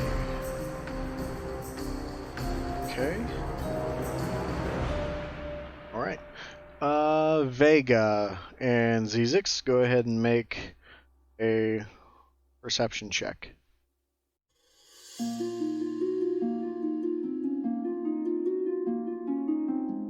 Seven. Okay. 16. So,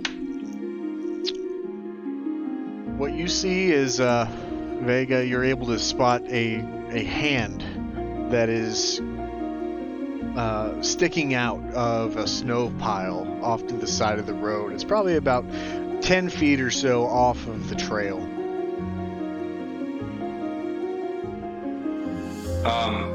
Does it look like a humanoid hand, or? Yeah, it's humanoid. It's wearing a black leather glove of sorts. Okay, upon seeing it, I will kind of throw my trunk up into the air and say, hold up just a second, guys.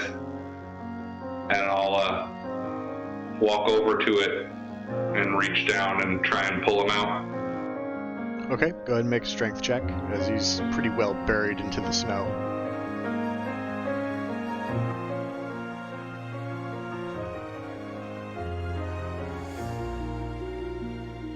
That'd be 13. 13. With that, yeah, you have enough strength in you to pull this this half-elf out of the snow.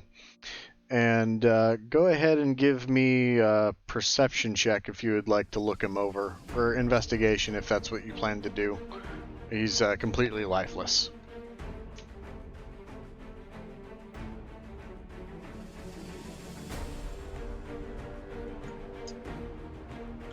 Perception or investigation, or my choice? I'll go ahead and let you choose. In that case, 20, not natural. So this man has been frozen for some time. You can tell by the buildup of ice on the eyebrows in particular, and just how stiff this man is. One thing you also notice is that there is a pierced piece of clothing directly at his heart. That you were observing, though oddly enough you see no blood.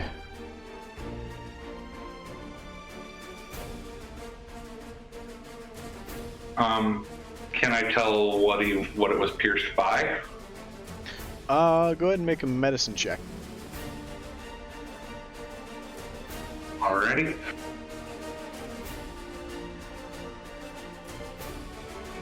That'd be a 21. Yeah, so you quickly open up his heavy winter clothing and you kind of observe the wound, and it looks to be about the size of a sword would leave onto this kind of clothing. But as you get closer to the wound, you're met with a layer of ice, which is peculiar because there's no snow on the inside of this man's clothing. And peering around the wound, you actually see that there is a large slab of ice embedded into this man.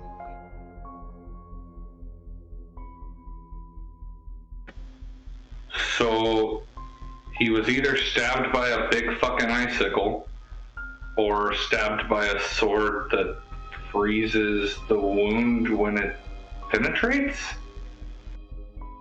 That would be your best guess at this point. Okay. Well, I will turn to the party and I'll say,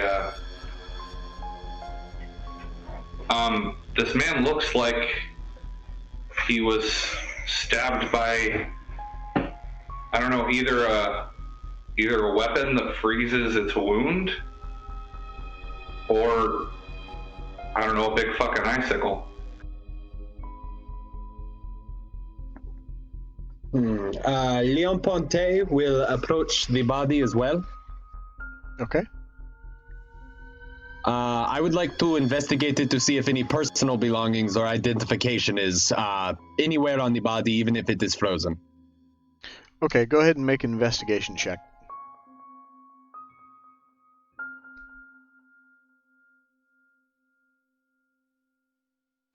Let's say 13. 13. So there aren't any belongings to really speak of inside of his pockets or anything like that, but you do find a necklace that this man is wearing, and it holds the crest that you recognize as the crest of East Haven. I will take the necklace off of his body if possible. Yeah, definitely. And I will place it in my satchel, and I will turn to Vega and say, so that way we can give it back to the rightful people who are mourning. Yeah, that makes sense. Do you think maybe this was the guy we're looking for that did this? Perhaps. And if it is, then we should make haste to Brynchander to find out what we can find out. Yeah, I would agree. It seems a shame just to leave him out here like this, but I mean, I guess the cold will preserve his body at least. We can let somebody know when we get back to East Haven.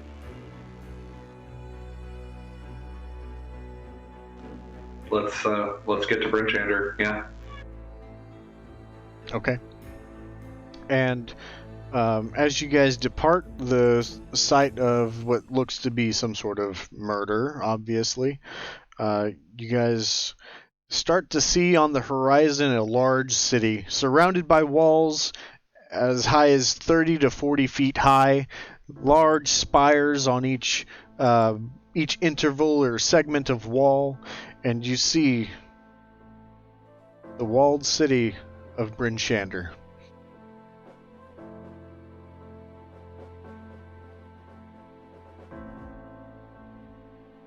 As you guys enter the city, the gates are closed at this point. Are there guards stationed by the gates? Not on this side of them.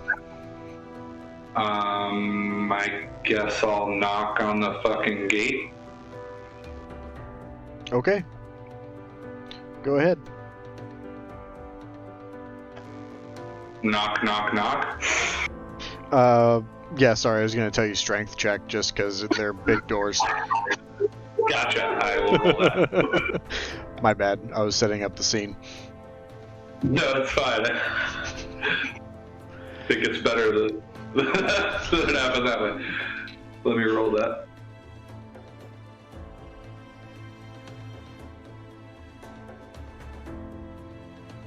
Ah, 7. That's good enough for what this is. And a slit opens up in the wall, and you're met with a pair of eyes on the other side, nothing more, and they say, what business have you in Brynchander?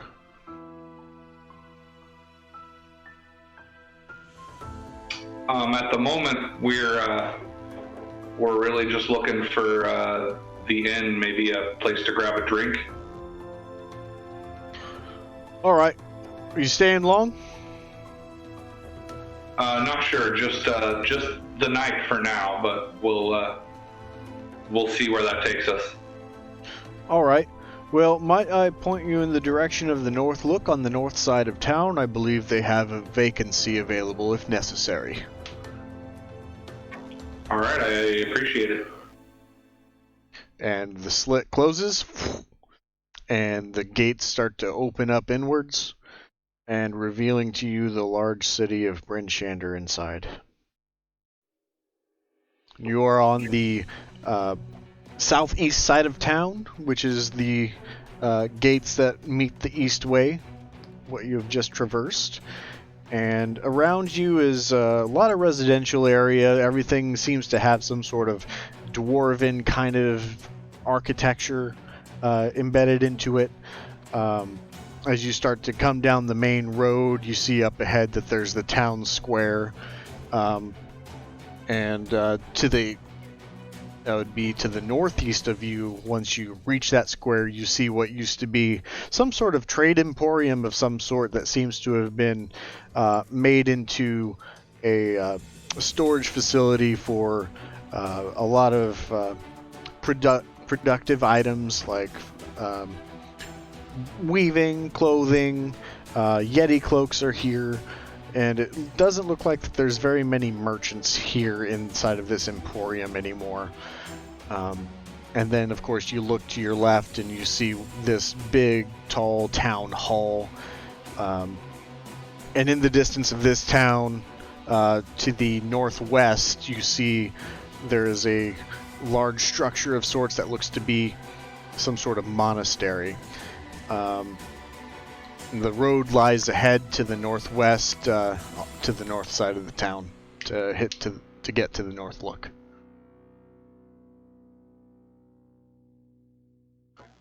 All right, well, I guess we'll head in that direction. That'd be as good a place to start as any, wouldn't it? Leon Ponte will agree, but I would also like to make note that Leon Ponte will be putting his hood over his head as to just avoid any chance of being recognized too early.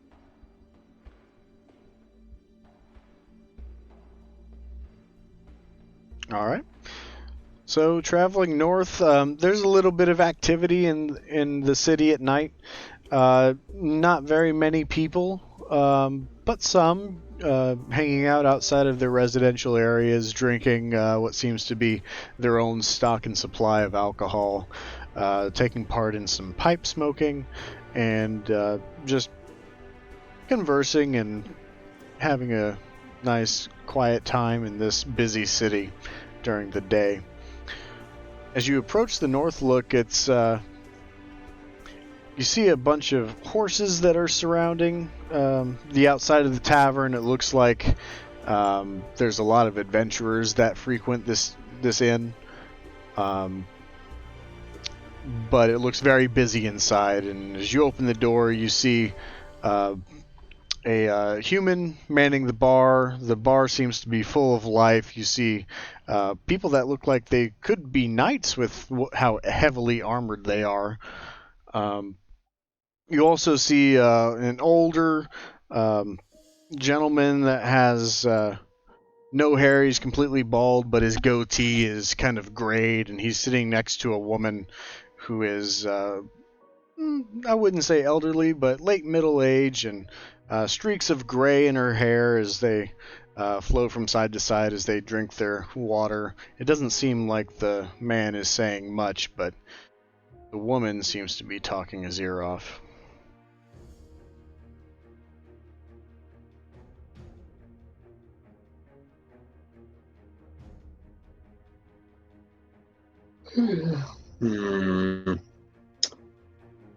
Leon Ponte will lean to Vega and quietly whisper, "What would you like to do, my friend?" I guess ask around and see if anybody has heard wind of this caravan. Okay. Is everyone going to participate in that activity? Leon Ponte would like to first look around and see if he can find the rowdiest table of well-drunk men. Okay. Very good. Go ahead and make a perception check.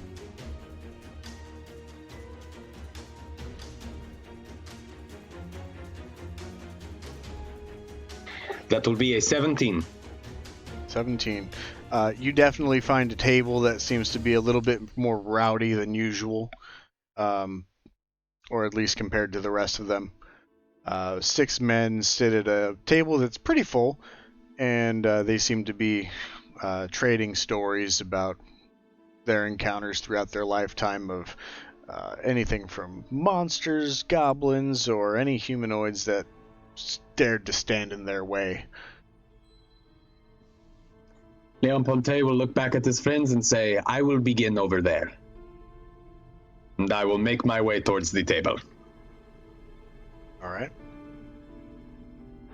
Leon Ponte had just sat down with a rowdy group of individuals who seemed to be reminiscing on past triumphs. Where would the rest of you like to go in this inn? As you look around, you saw the pair off into the back, kind of overlooking, and the woman talking to the man, the bald older man, and you notice that there is a few things hung up on this wall. You see a large knucklehead trout. It has the caption "Old Bitey" on the bottom of it, and it's a pretty sizable trout. It looks like it was a trophy catch of some kind. But then next to it, you see a portrait of a group of individuals that have the caption "The Order of the North" under their portraits.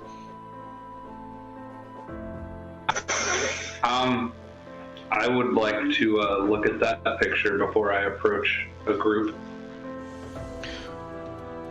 So with that, you start to take a look at all of them, and the one that stands out the most is a Goliath of a person standing next to a Triton, and then this Triton is next to a half-elf that has his cloak up, and you see a short dwarf that seems to be missing part of his eye, has a large scar going across his face, and you also see a wizard that is modestly dressed in robes, and holding close is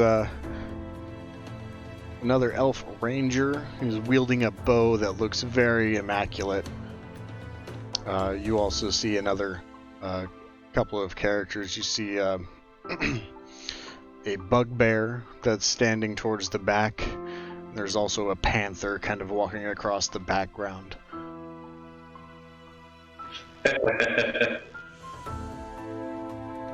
A panther.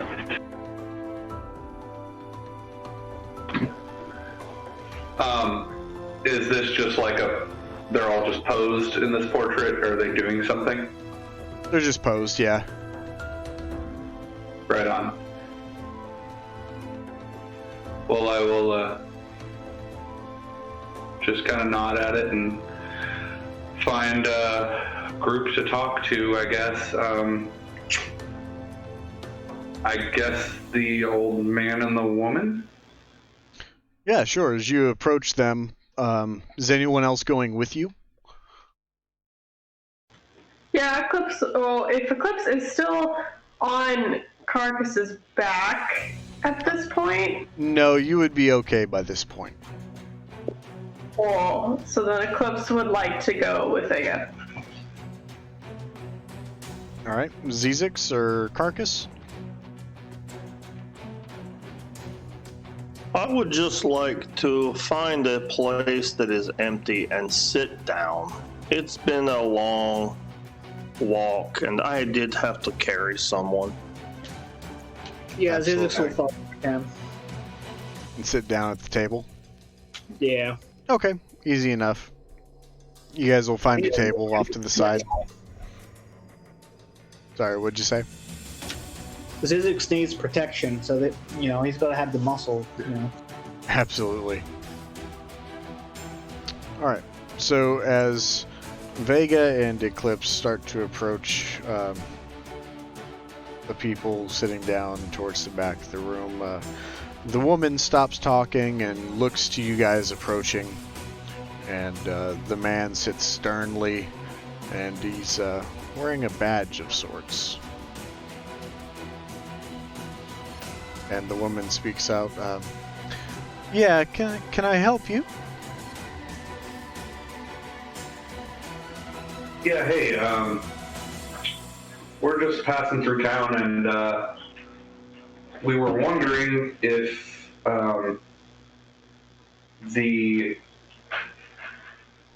Torg's caravan had been through here recently.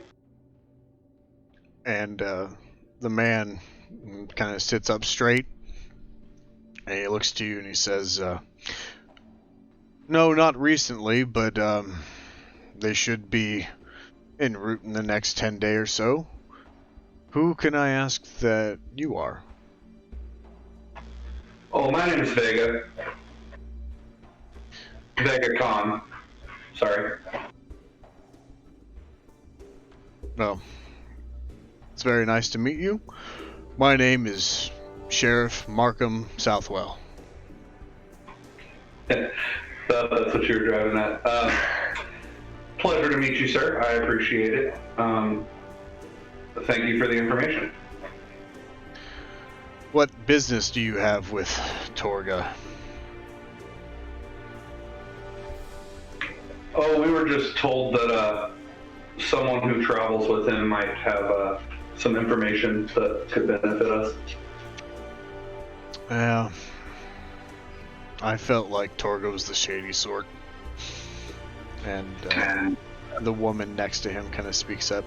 Yeah, we have to assign people to watch him every time that he's here. He has his bodyguards with him, and it's a real threatening presence. I'm Duvessa Shane. I'm town speaker, by the way. It's nice to make your acquaintance. And you are? As she motions over to Eclipse. I am Eclipse of the Moon. Pleasure. Likewise, I'm sure.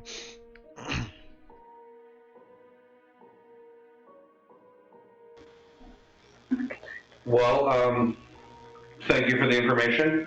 We will let you get back to your evening, and we will let our friends know. Yeah.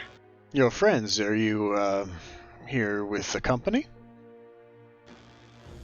Not a company per se, just a few friends kind of traveling together.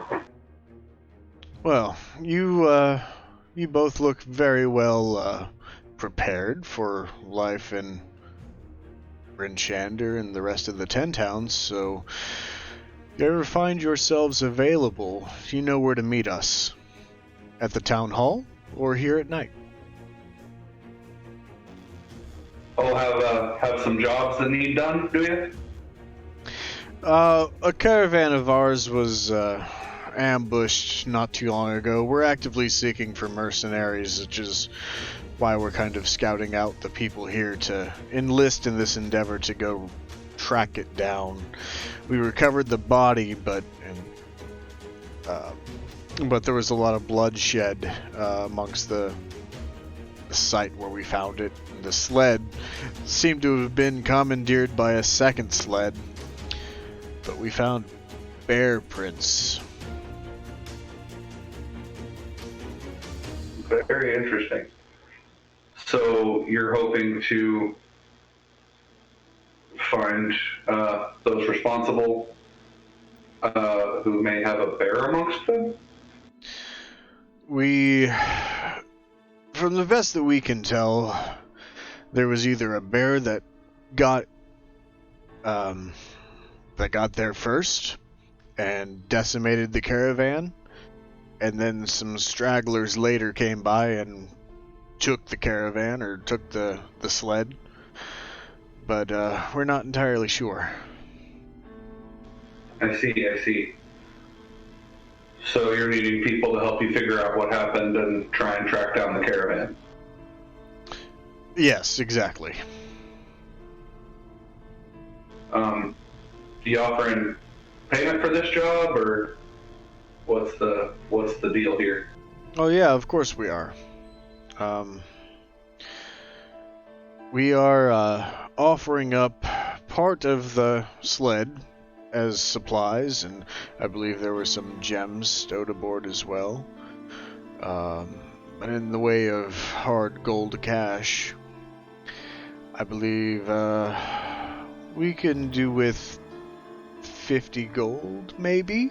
We could be convinced to do more if it's in a more timely fashion, but completely understood. All right. Well, I'll discuss it with my friends and I'll let you know for sure. Very well. We will actively seek others to take this job, so many capable people here, so don't feel needed to rush back if necessary. Understood. Either way, thank you for your time and for the information. Absolutely. And they go back to drinking and talking amongst themselves and kind of parsing their eyes around the room, keeping track of who's coming in, who's coming out, that sort of deal. Right on. Well, I'll look around until I see where Zizix and Carcass ended up, if I didn't already see that. And I guess I'd already know where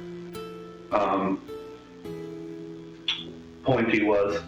So I might glance over there and see how his conversation's going. Which is a good segue, because that is exactly where we are going.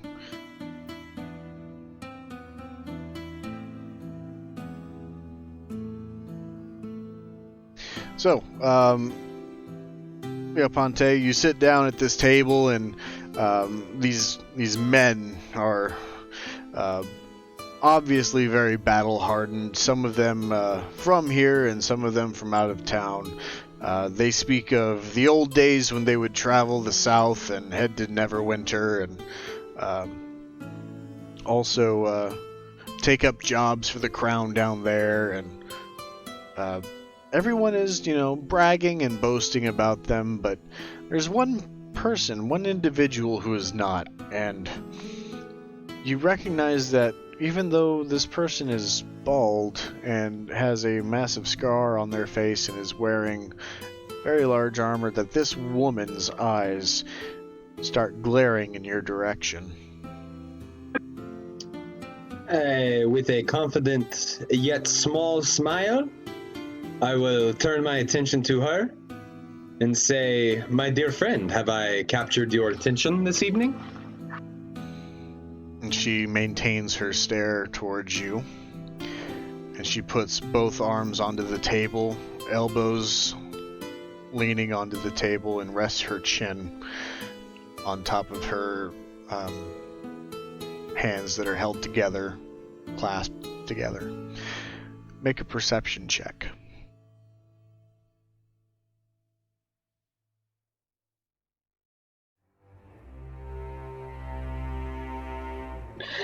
That would be a 21.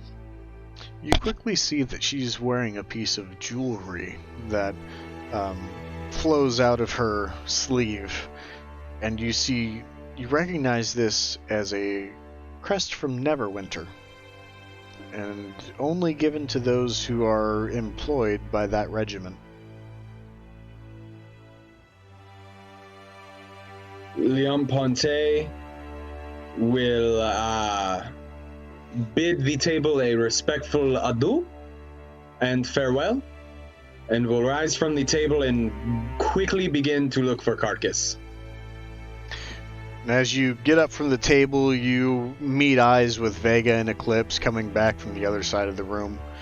You also see Carcass and Zizix sitting towards the opposite side of all of you at a table. I will go and join. I will meet Vega and Eclipse as they're walking. Okay, go ahead. My friends, have you found any information? Because I do believe we should search elsewhere. We have, as well as a possible job offer. Why should we search elsewhere? This place, it's tapped, as they say. It's dead. So I believe we should follow your lead and do it with great haste.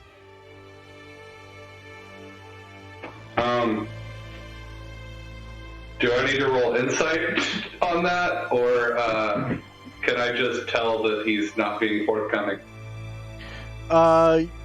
Let's see. Are you trying to hide your panic at all?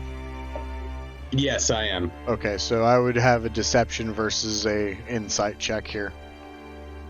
Can do. Can I roll inside as well?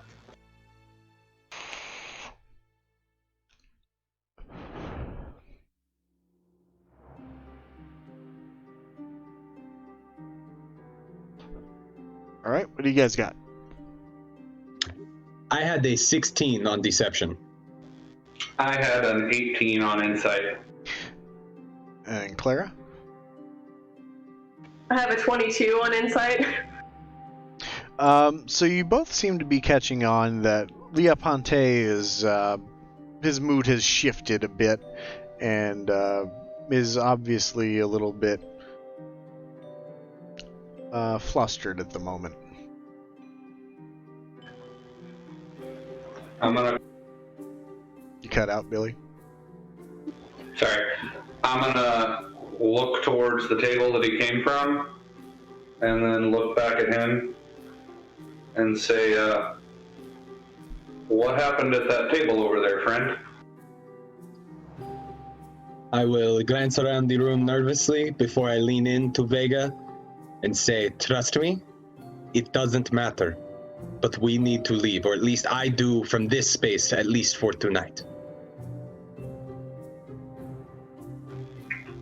Okay, why don't we gather our party and move outside, but I'm going to want an explanation once we're away. Leon Ponte will head outside. Okay. I will go up to the table with Carcass and Zizix and motion for them to follow me outside. Okay. Because I will get up from the table and follow them out. Yeah, I'll do the same. All right. And you guys leave the tavern without so much as an ale and are congregating outside of the tavern.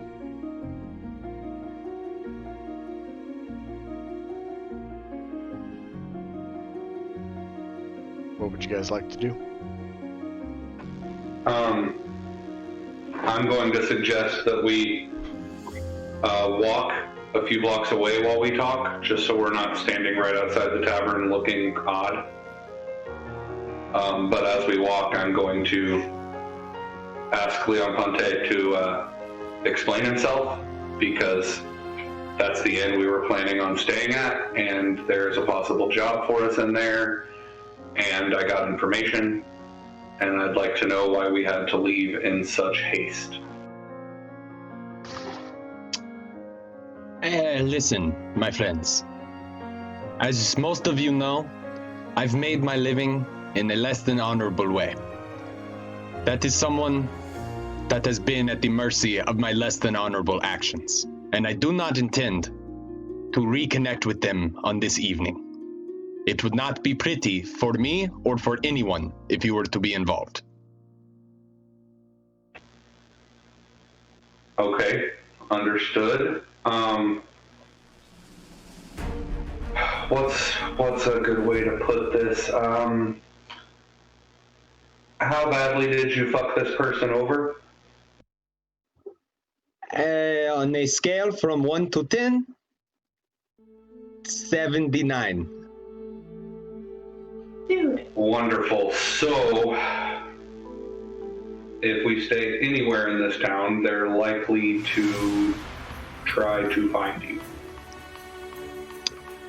You do not worry. I am quite good at the sneaky and the hidey. If you wish to sleep in the inn, I can protect myself throughout the night and regroup in the morning. This is not something that woman will enlist the help of the local guards with, I do not believe. I believe as long as I avoid them, I shall be fine. Okay, well, as I kind of turn to kind of open the conversation up to the rest of the party, do we want to try and find another inn in town to stay in as a group? Or do we want to leave him to fend for himself for the night? If I may interject, I would say if anyone is to accompany me, it should be no more than one. I do not want to draw attention to my absence. Understood. So then what I'm going to suggest is that the majority of us go ahead and stay here, and you and possibly Carcass make other arrangements for the evening, unless Carcass would also like to stay with us here and let you fend for yourself.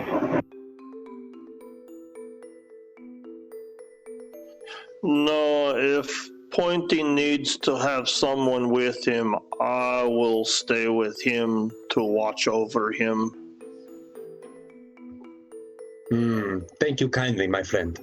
Let's make haste and find other arrangements for our rest.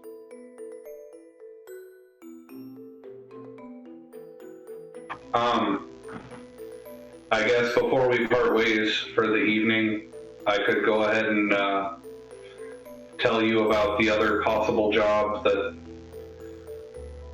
I don't know, may even overlap with our current one, possibly. Yes, but did you also mention you found a lead on the Torx? He said they wouldn't be here for, I believe he said 10 days or so. So they probably are in that other town. Targos. Targos, yeah. They probably are in Targos, like our other intel had said, because that guy had told me that they were in Targos and would be for at least 6 days. So that timeline might at least close to line up. So if we rest here for the evening, we should be able to catch them in Targos by the next day, yes? Yeah, I would believe so. And that will be our plan. My friend, I must be off. It is not safe. Please, inform me of the job in the morning. All right, sounds good. And with that, I will lead Carcass and we will look for a guard or somebody else to find information about other accommodations for our rest. Okay. And as they head off, what would the three of you like to do?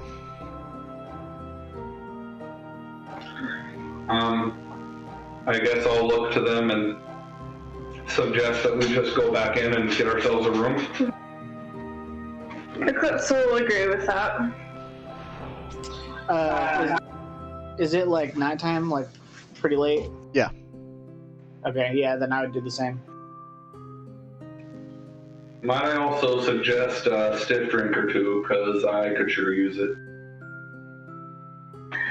Yes, at least one or two. So, entering back into the bar, it seems like the energy is still the same. Let me go ahead and have you guys make perception checks as you walk in.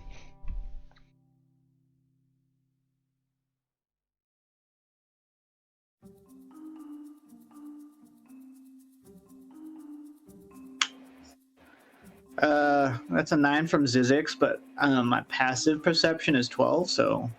Yep. I'm comparing those to your passives. I got a 9. Eclipse got a 12. Eclipse and Zizix are both pretty quick to notice that this woman at the table that Leoponte was sitting at is making eye contact with you guys as you enter, but seemingly motionless, not saying a word, and seemingly not listening to those around her.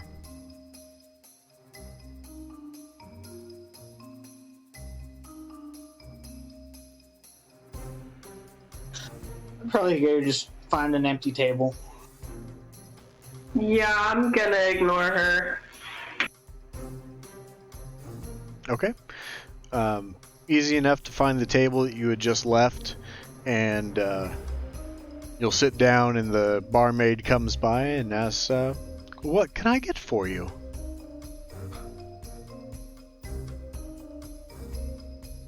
I'll take a You cut out. sorry. I'll take a glass of mead if you got it, and we will probably be needing rooms for the evening if you have any available. Yes, rooms I can help you with. Unfortunately, we are out of mead. We don't know where our delivery is. Well, that's no good. When was it due? It was due just the other day. There was a shipment coming out of Good Mead that was supposed to be coming to us. Yeah, I'm familiar. Well, hopefully it's just delayed and it'll be here shortly. Well, fingers crossed. It's really not that far of a travel. It's 8 hours, so it should not be delayed for days. Right. That is worrisome. Well, how are you on stocks of ale? We have plenty. Right, I will take that then. And how much are your rooms? Rooms tonight are going for 5 silver apiece. Can one room comfortably fit 3? And she kind of looks across the table and looks at Zizix and says, I think we can make that work. Would you be okay with a makeshift cot? As she kind of hunches down and puts her hands on her knees to talk to you, Zizix. And he'll pipe up and say, I mean, I don't know if the big guy would fit in that. And she's directly making eye contact with you, all hunched over, and says, You're a funny one. Sure. Was that sarcasm? I think she meant a cot for you there, buddy.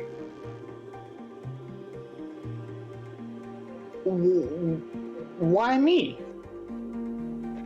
Probably because of your diminutive stature.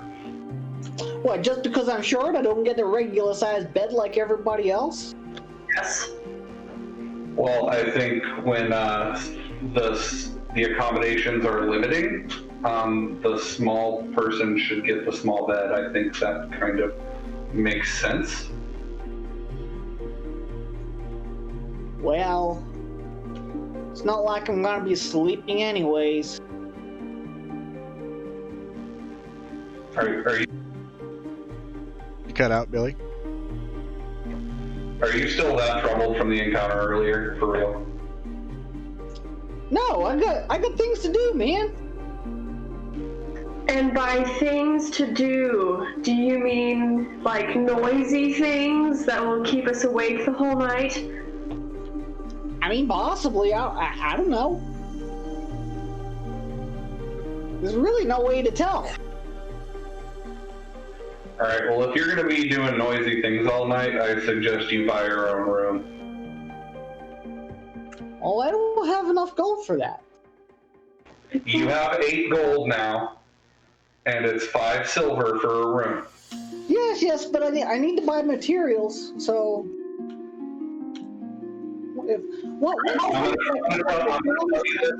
I'm going to tell you this plainly, real quick. I will buy a room, and you can stay in it if you're not going to do noisy shit that's going to keep us awake. If you are, you're going to need to buy your own room. I promise within my power.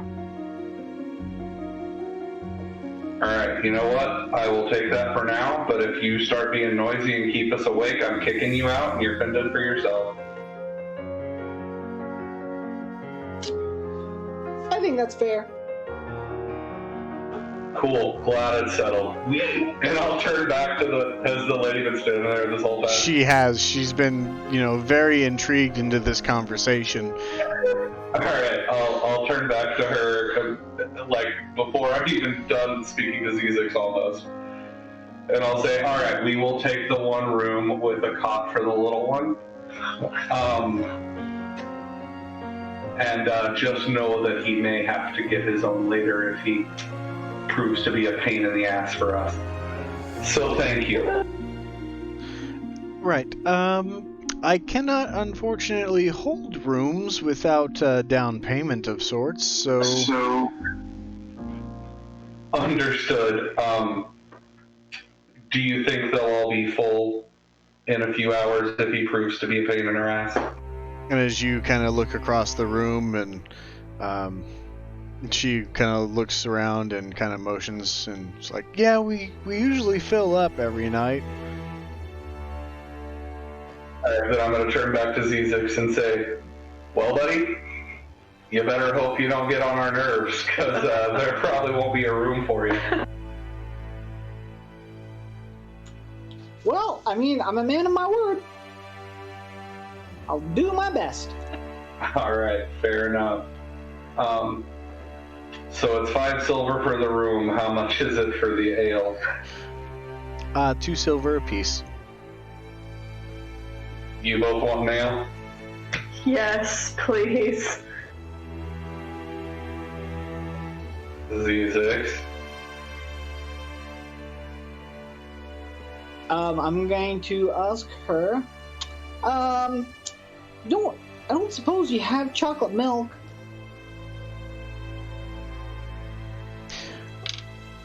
She says, we have not had that requested in quite some time. I can take a look for you. Oh, that would be great. Can I get you an ale otherwise if we don't have it?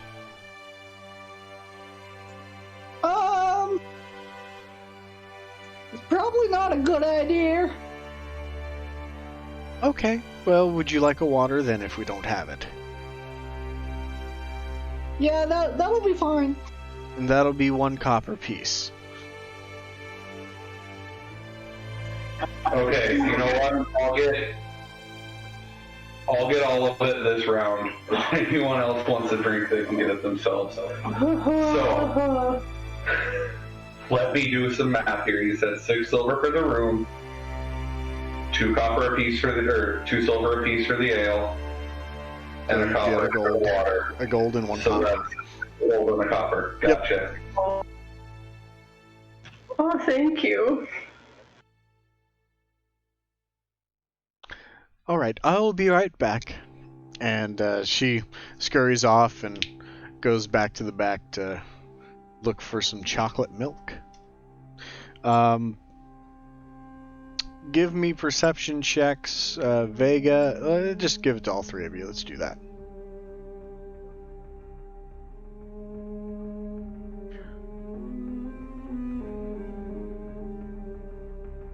That is a 14 for Eclipse.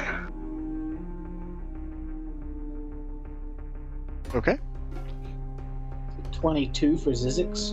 22. Very nice. 15 for Vega. So all of you are going to be able to notice this. The woman that was staring at you at the table is no longer at the table.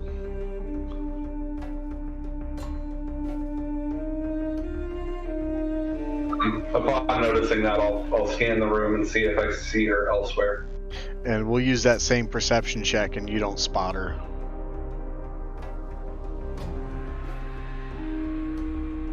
Alright, well, I'm gonna try and keep my wits about me and make sure she doesn't, sneak up on us and try and do anything shady.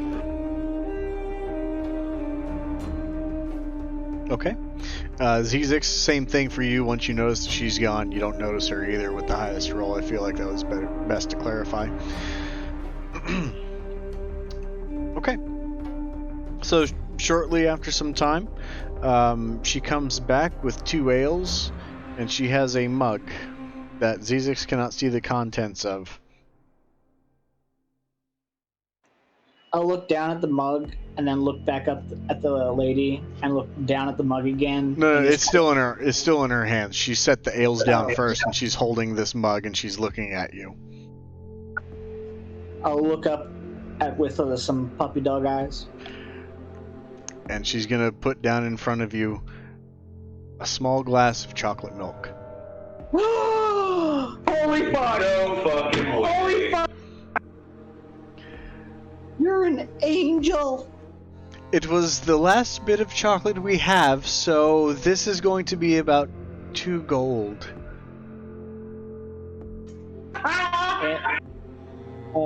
He's gonna reach out and give her 5 gold. And she says, "You are very generous. Surely this is too much." Oh, you don't even know. This is like just like a taste of home. Well, I'm very happy that I could have helped you. And he's also going to ask her, what is your favorite smell? I'd have to say apple pie. Oh, that's a great smell. I love apple pie. And he's gonna pull out a stone from his bag and just squeeze it real tight. And then he's gonna imbue that stone with the smell of apple pie. And he's gonna give it to her. And she's a little hesitant at first to know what to do with the stone, but quickly, as she's holding it, the aroma just wafts into her, and she says, "Wow, this smells very fresh. How did you do this?" Oh, you know, you pick up things along the way. I'm just glad that, maybe it'll help bring you some joy, and whenever things are sad and whatever else, and you just need to lift up, you just come and smell that rock, and it'll get you what you need. Well, thank you very much. That's very kind of you, and you've already been so generous. If there's anything else that you need, please let me know. Well, thank you. I do have one question. Yes. Where could I find your merchant's square? Someone that can purchase things, someone that I might be able to acquire things from. Oh, that all depends on what you're looking for. We used to have a trade emporium, but the craftsmen have taken it up as a workshop, an outdoor workshop, as it were. If you're looking for swords, you can look to Black Iron Swords. Well, I'm more looking, not so much the weaponry kind of things, but, the gizmos, the gadgets, the zinkles, that kind of stuff. Well, there are a few merchant caravans that come by from time to time, but it's really a gamble of what's going to be here or not in the come morning. Okay, well, I'll just check them out in the morning. Thank you. I will let you know that I have not seen any come into here tonight, but that does not mean they could be elsewhere. Well, yeah, I got some gadgets that people may be interested in, so there isn't like a tax or something I need to pay, right? And she kind of looks back to Markham and Duvessa Shane, and she says, "Oh, no, that's usually if you are, if you plan on coming back, you may have a fee to pay for a recurring merchant's fee." Okay, that makes sense. Yes, I'm glad I can help you out here. Oh, thank you so much. You have no idea how much this chocolate milk means. I really don't. And he's just I'm sorry. gonna sit very slow. I have to say that was way too fucking wholesome, and I'm a little nauseous. You hate that you hate Zizek so much because he's such a nice guy. Exactly. All right. Fuck you. So after some time, you guys will finish up your drinks, and I assume head to your bedrooms. Yeah. Okay. So that moves us to the dead of night in the city with Carcass and Leoponte. As you guys are not rushing per se, out of sight of the tavern, but moving back towards whence you came, trying to find another establishment of sorts to hold up for the night. Correct. Do we see a guard or anyone who may be able to point us in the right direction? Yeah, that's easy enough. What would you say when you approach the guard? I would ask if they have a secondary option. Is this the same guard we already spoke to? No. Okay. Then I will say, my dear friend, do you have more than one tavern or place to rest our head in this beautiful city of yours? Well, most of the people that live here, they have their homes, and the travelers all go to that one tavern. Our bed and breakfast is now defunct now that Margaret has taken up her bakery. But if you're looking for shelter for the night, may I suggest the House of the Morning Lord? They may take you in for the night. And what can you tell me about the House of the Morning Lord? It's a place of worship. It's a pretty run-of-the-mill, what you would expect in that sort of establishment. Yes, that sounds ever so perfect. May you point me in the direction of the house? And he says, you cannot miss it, and he points over to the city horizon, and you see the large spire kind of erupting from the sea of residential houses. He says, make it to that spire, and you're there. Thank you, my friend. I will not forget your graciousness. Carcass, let's go. Yes, we will not be forgetting you.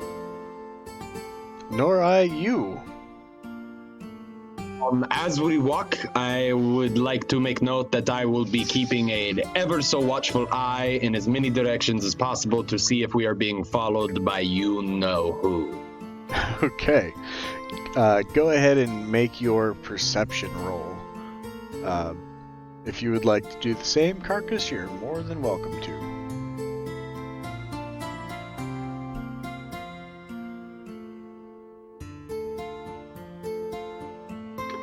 That will be a 21 for Leon Ponte. And that is a 2 for the Carcass.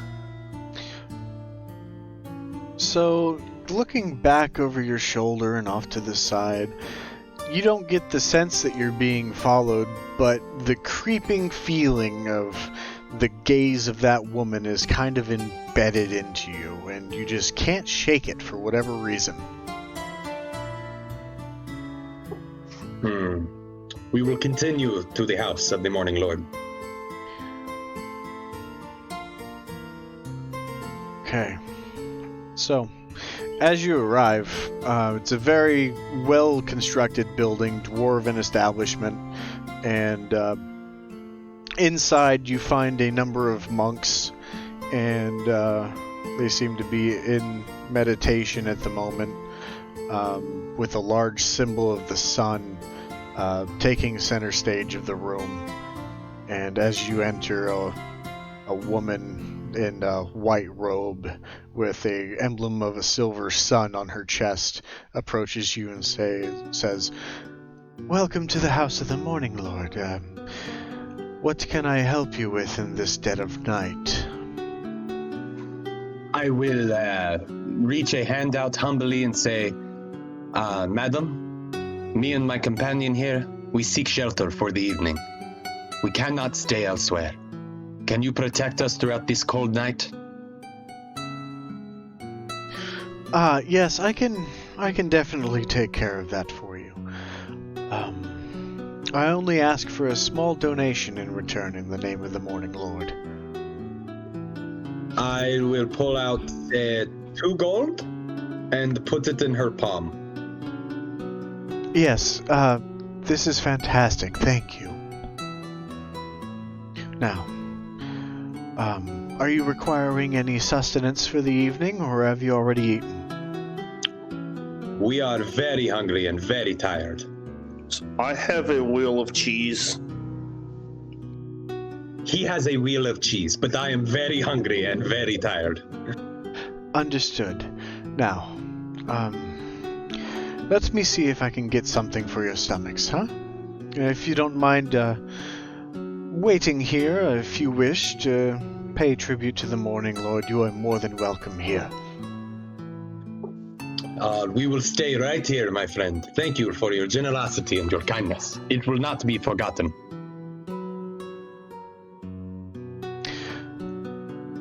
And shortly, probably waiting 5 minutes or so, you notice all these monks sitting in meditation. They do not rise from their seats and are not disturbed at all by your presence. It's not disturbing them into looking or breaking their concentration. And you see this one tiefling just deeply in meditation. Soon after, the woman returns and she has 2 bowls of stew, which look like they are filled with knucklehead trout. And she says, "This is what we can offer you. This was on the menu tonight. One of our great patrons here offered it up for us tonight." Thank you, my friend.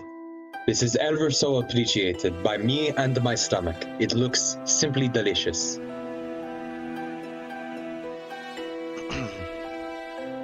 Yes, now, I can show you to your room, but I must apologize that it is not very much. It's very humble.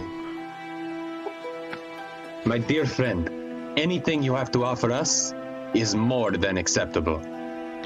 And I'm afraid you may have to wait for a pillow until after the monks are finished meditating, which could be a little while.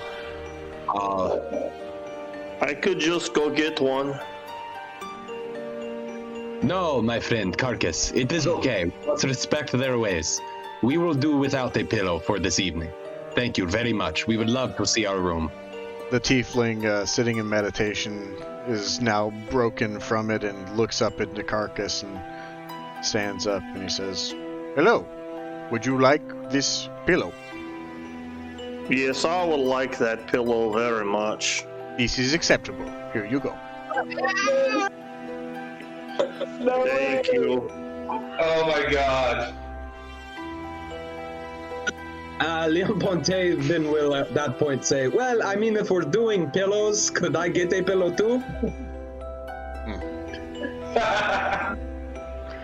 And the tiefling looks around and he says, "No, these are all taken." I understand. You can have this one, Pointy.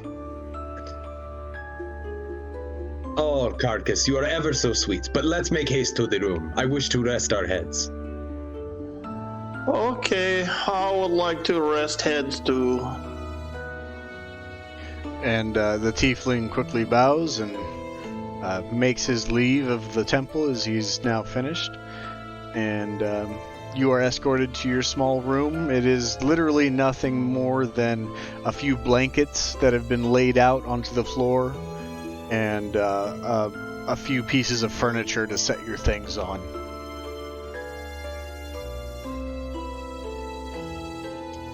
I will begin to make myself comfortable however I may need to in order to get a restful night's sleep. I would also like to make sure that the door locks from the inside. This does not. Then I would. Does the door open into the room or out of the room? It opens inwards. Then I will sleep on the floor with my pillow pressed up against the door for my head. Okay. I will toss Carcass a meat hunk and wish him a good night. I will be happy to eat the meat hunk, and I will get out my bedroll and lay down on it. Okay.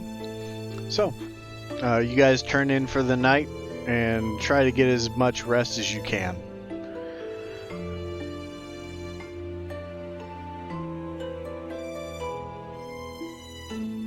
Let's see.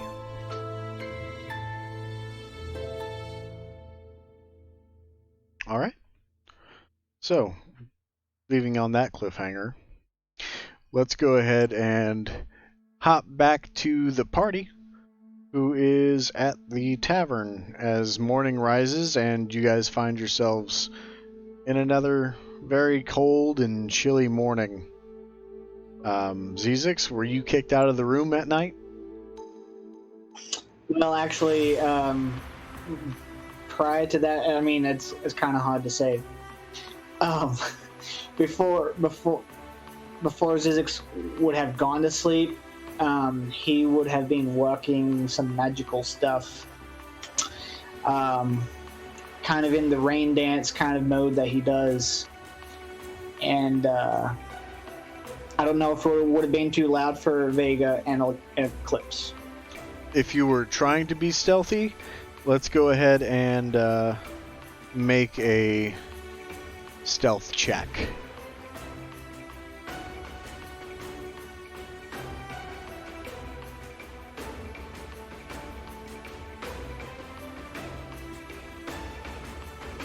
Uh, 14.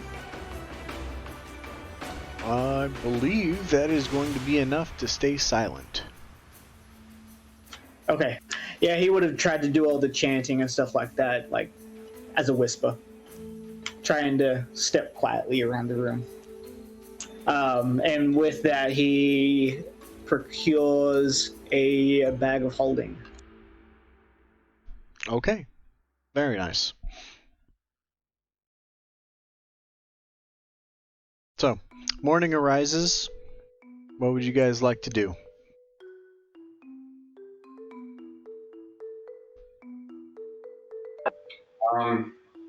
I guess. Oh shit, we didn't talk about where to meet back up. Oh god. I guess head to the market maybe, and hope we stumble upon them somewhere. Yeah, that sounds like the easiest thing to do. Okay. So, you guys left the market, or left the inn, and you head out in the morning and try to find the market. After Oh, go ahead. Whoever was about to talk. Sorry.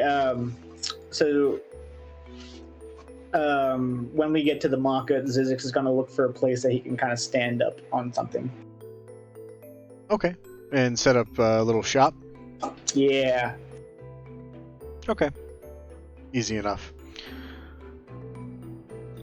After a very paranoid night filled with sleep for Leoponte, you arise to the sun briefly breaching through the window.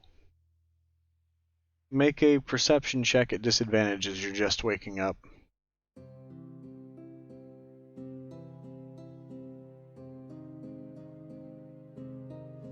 That would be a 10. You look up to the window and you see the face of the staring woman from the night before, and you see it just staring outside of the window. You can see the breath manifesting onto the glass, and as you blink your eyes a couple of times, the face is gone from view.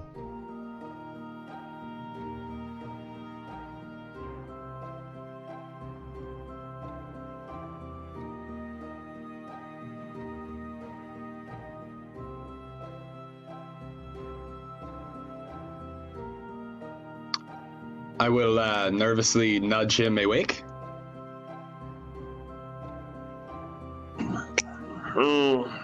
Yes, my friend. What can I do for you? We need to make haste. We need to find our friends and leave this place. Oh, I do not know how to make haste. Can you show me? Yes, just move fast. Let's go. See how I'm gonna start gathering my things back. See how quickly I'm doing it? Do that, and then you follow me when I walk out of here. Okay, I will start rolling up my bedroll as quickly as I can. Okay. In a short time after that, you have all of your things gathered, and you quickly leave the House of the Morning Lord. I would probably naturalistically go to the market to look for our friends as well. All right. And it's around the same time that you guys are all arising and heading to the market at the same time, so pretty easy enough that you would see everyone in town square, and you see Zizix has set up shop kind of on this little soapbox. And what are you doing, Zizix? He's just kind of exclaiming out, "Come on, come all to Zizix's Zontical shop, where I have what you need, and what you need is what I have." Okay. Make a charisma check. Let's make it performance.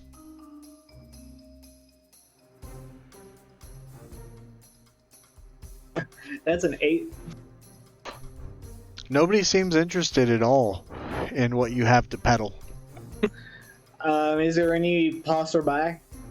Yeah, definitely. You have people passing by. I'm gonna look at one and just point out and say, "Hey, you over there! Yeah." I'm trying to get their attention. Okay, and the woman is gonna look behind her and then look back at you and point at herself. Like, me? Yeah, you.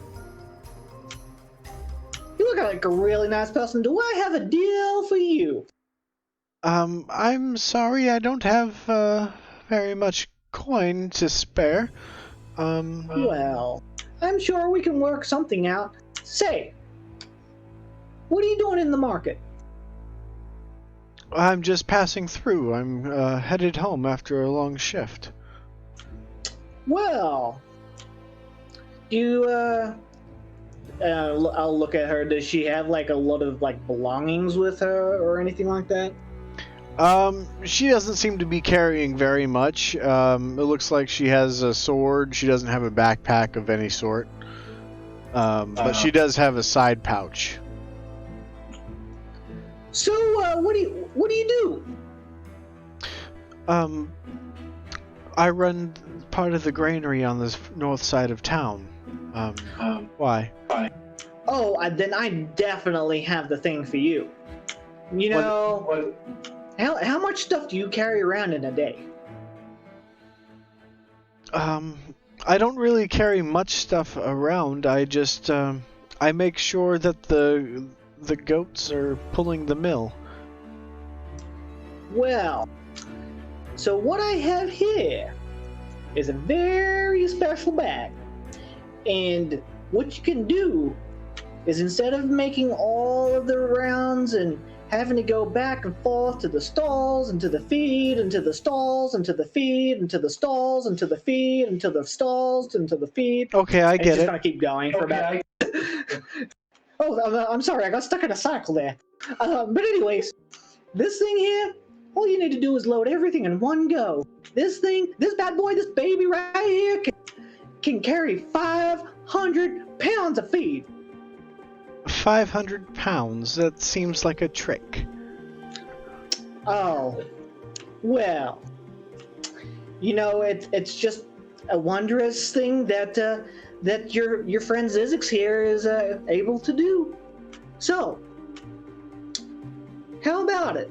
Does that sound like something that you might be interested in? I think I could find a lot of use out of that, actually. But I'm sure I cannot afford it. Well, I mean, I'm not really in for, the high profits. I just like to try things out and see, make sure that people can use what I'm trying to make, So, what is it that you would be willing to pay for this? Okay, so we're gonna back up just a second here. When you were describing the bag to her, did you slap the hood of it while describing what was going on? No, I don't think so. You slap the hood and this bad boy can fit so much seed. Bad boy can Yeti. Okay, so since you didn't slap the hood, you can make your persuasion check at a normal roll.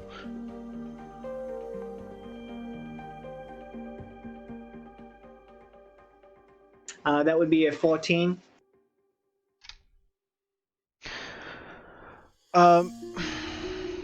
Like I said, I don't have much for trade. I have a necklace, but that's a personal thing and not worth very much. Well, I definitely can't take something of personal value. Those things are very important, and you don't want to just give those away to anybody. Oh, no, of course not. It's very dear to me. I have 15 silver pieces on me, and that would, I think, be quite beneficial. You know what? You've got me in such a great mood today. I will part with this for 15 silver. Really? You mean that? Absolutely. Is there any catch? There's gotta be a catch. Okay, there's one catch. Okay, here we go. It's the first one I've ever made. So I can't exactly guarantee the quality of the item. I see.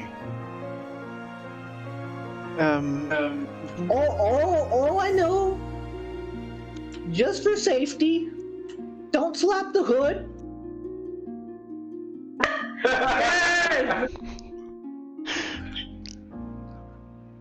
And B, don't put this bad boy in a portable hole. Because, yeah, you don't want to know what happens. I don't even know what a portable hole is. Isn't that just...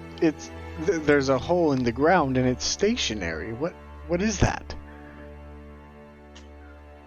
Well, the least you know, the better. Okay, well that scares me. That scares me, Zizix. Well, if you haven't seen a portable hole, I think you'll be just fine. Okay, and, okay, paint this picture for me. Worst case scenario, I go to fill up the grain, and then I take it to the to the feeding troughs. What happens in worst case scenario? Well, in that situation, nothing. Then what happens in the worst situation I could ever imagine? Well, you may turn it up in another plane, but, that's just, apples and oranges. I see. And she's gonna think about it for a second. She's gonna say, okay, I'm gonna take the risk. I will give you this 15 coin. And she pulls simply the whole pouch off of her hip and hands it over to you. And I'll take it, and I'll very excitedly say, Thank you so much. You have no idea how much this means to me to gain your business. And I really hope to see you again sometime. And, just make sure that you give good reviews to Zizik's Zontical Shop. Zizik's Zontical Shop. I will remember that. Are you here? You're new, obviously. I've never seen you before. Are you going to be here for the future? Well, I travel, so I could be. So maybe next time I stop through, you just let me know how this bag's worked for you. I'll do just that. Thank you very much. Not a problem. You have yourself a great day. And she'll walk off and continue the rest of her trek back home. Which all of you were around to see that sail being made.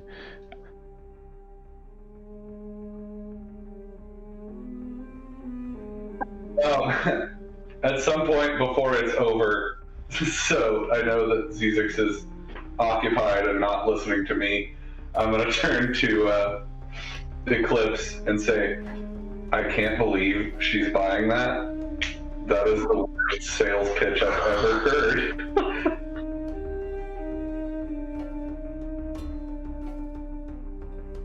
I mean, he could secretly be a genius.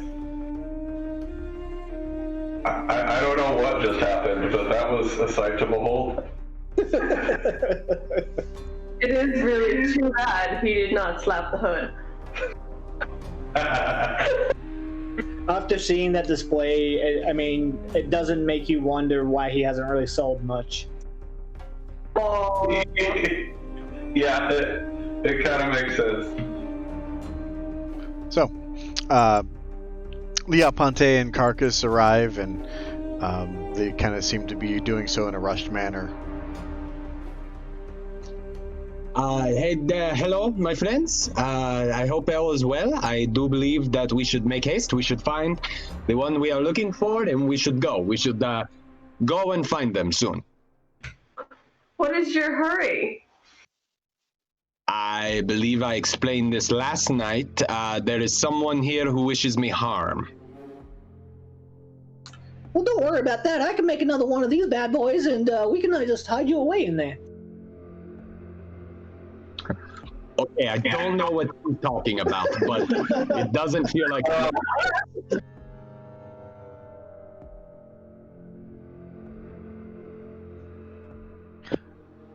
So, my friends, can we, shall we go? Shall we leave? Where are we going again?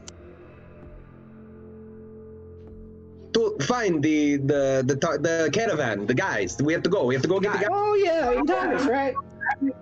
Targos, yeah. Yeah, you know what?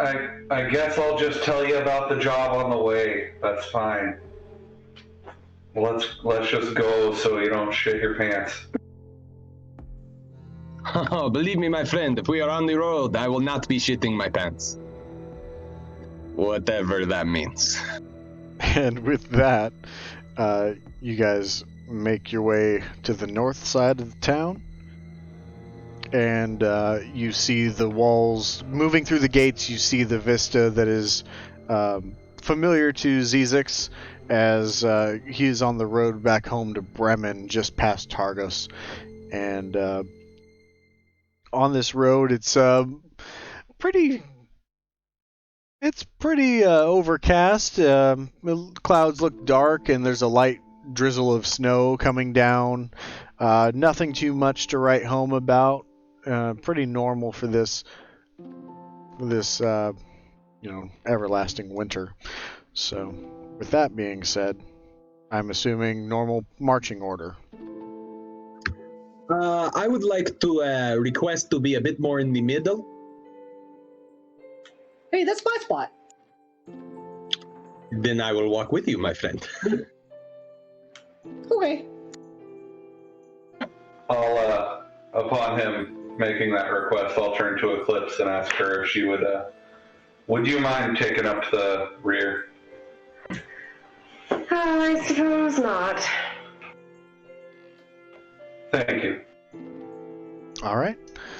So with that being the marching order, Vega, go ahead and give me another survival check to try to navigate through the wilderness.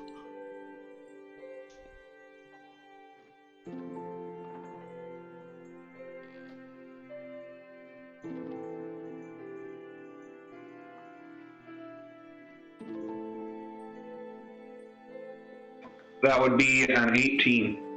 Yep, you do a smashing job once again, proving to be quite the competent navigator in these snowy trails. You guys travel pretty smoothly for the first hour, And then you start to notice that the trail starts to dwindle a bit, and the signposts become less and less obvious and further between each other. There's no real fencing or anything that's been constructed up this way. It looks like the east way is the most well-produced road out there to prevent people from getting lost. But here, at some point you start to question which way to go, and Zizek's eyes kind of perk up as he recognizes the road and he would know which way to go. It's that way. All right. And following the direction from the backseat driver, you're able to make the correct choice in the path, and you quickly find yourself back on the more well-developed portion of the road as you see up ahead that there is a walled town of Targos in the vicinity. This is not like Bryn Shander style of walls. This is basically a wooden palisade that totally encircles the town on the edge of a lake.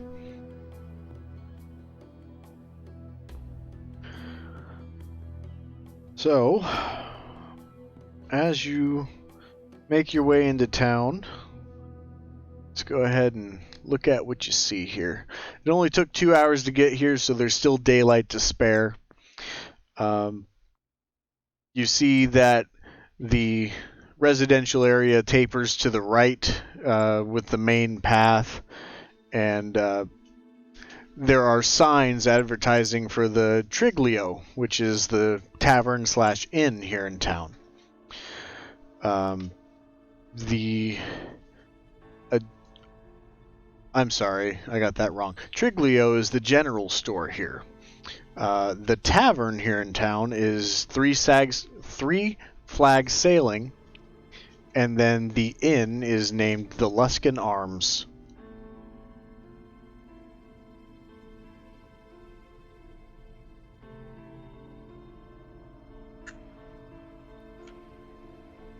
Zizix is going to perk up and say, I think we should try the Luskan Arms over there. I got a good feeling about that place. All right, then you lead the way.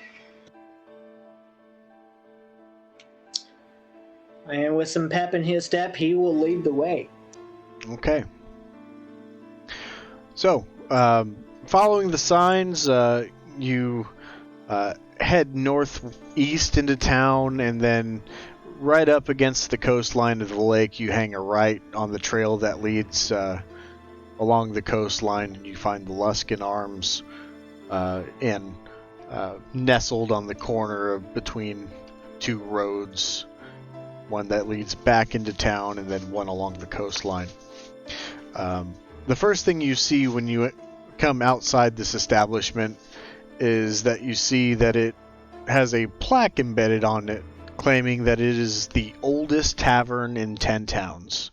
And you've noticed that throughout your journey throughout the town that a lot of this architecture is very old. A lot of it is still very sturdy, but it's obviously very dated and seems to have stood the test of time fairly well.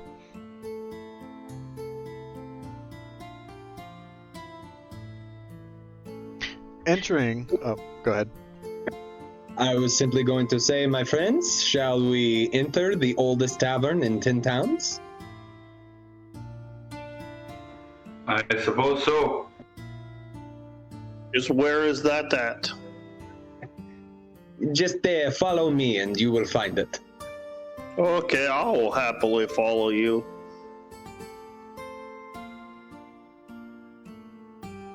So, you guys enter, and the outside matches the inside. A lot of the furniture looks just very old and very dated. Everything looks very sturdy. And you see a brown-haired human standing over the bar. I'm sorry, over the counter.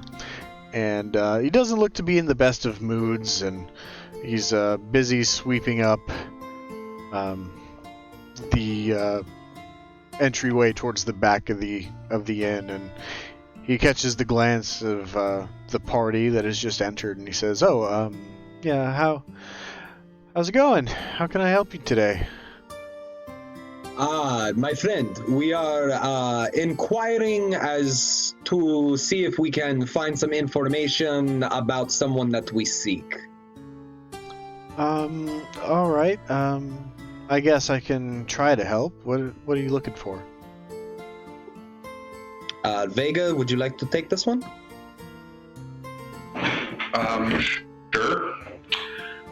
We are looking for Torg's caravan. Has it been through here recently? Oh, yes. If you're looking for Torg, you could find him by the general store. There's a small market side set up just on the back side of it. You can't miss it. Thank you ever so much, my friend.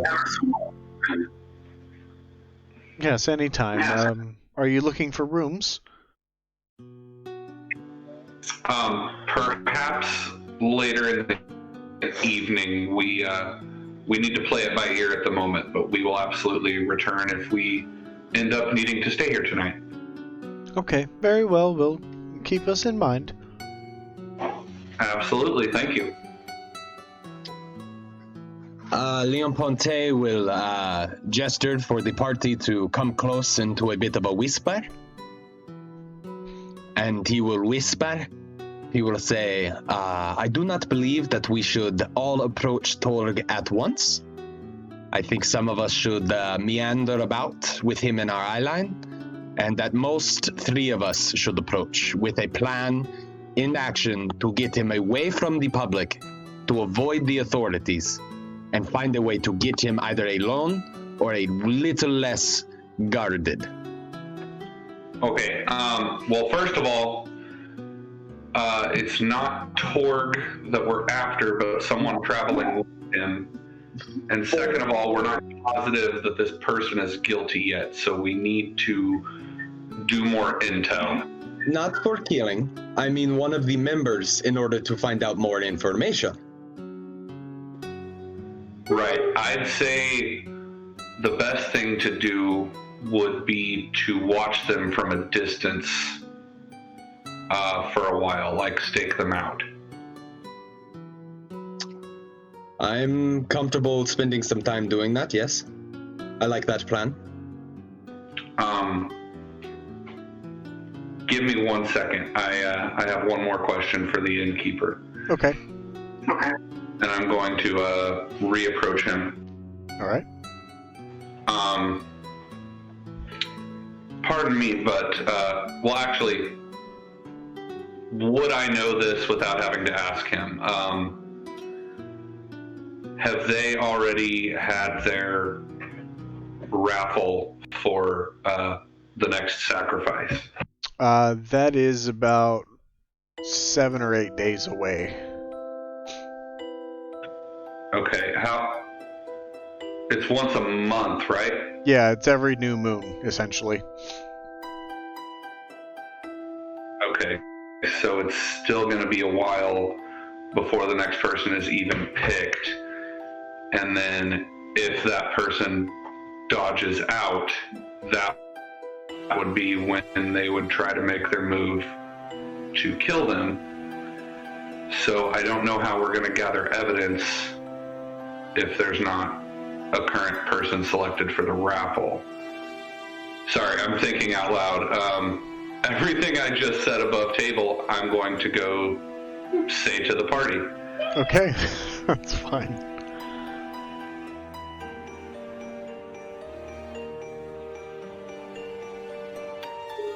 So, basically, I don't know how we can prove his guilt unless, the raffle happens again and someone happens to duck out of their, quote, duty. In which case he would then try to kill them again and we could catch him in the act and prevent it and take him out. But short of that, I don't know how we can prove his guilt. Does anyone have any ideas? What if one of us meets them and implies that we have recently dodged our duty to be sacrificed and are fleeing?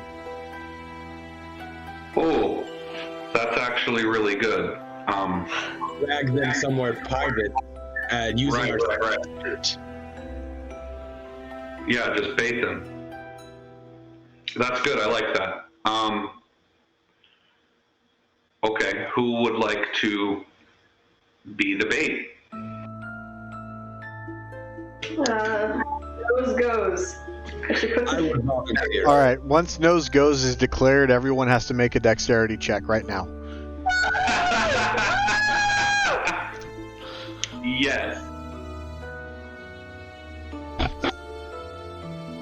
Leon Ponte will happily volunteer for the misdirection part of this plan. And Zizix will volunteer to go with him because he knows the lingo of merchants. I still want to see how this dex check pans out. Okay, so if you're participating in nose goes, make a dex check.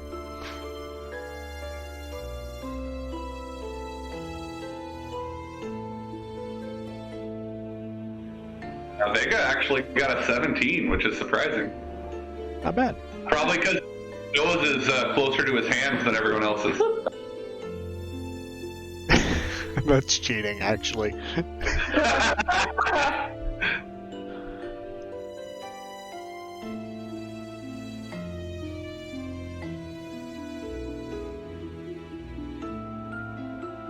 Alright, well, looks like Vago's the only one to do the nose goes, so... Oh.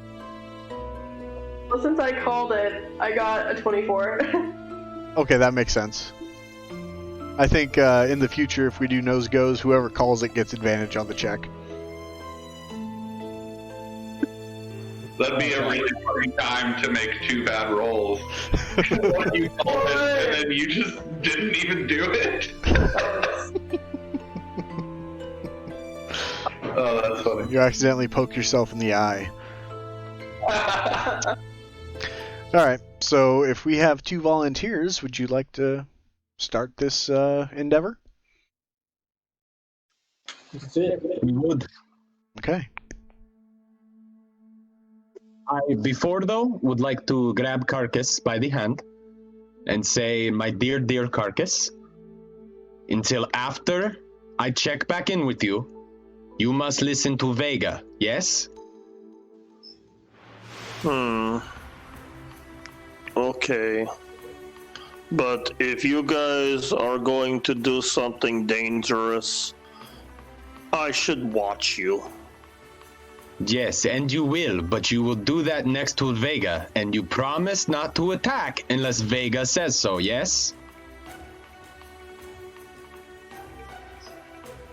Oh, but I really like to kill things. Oh, my dear Carcass, if you do this for me, I will buy you such a big meat hunk in the next town, I promise. Okay, I will listen to Vega.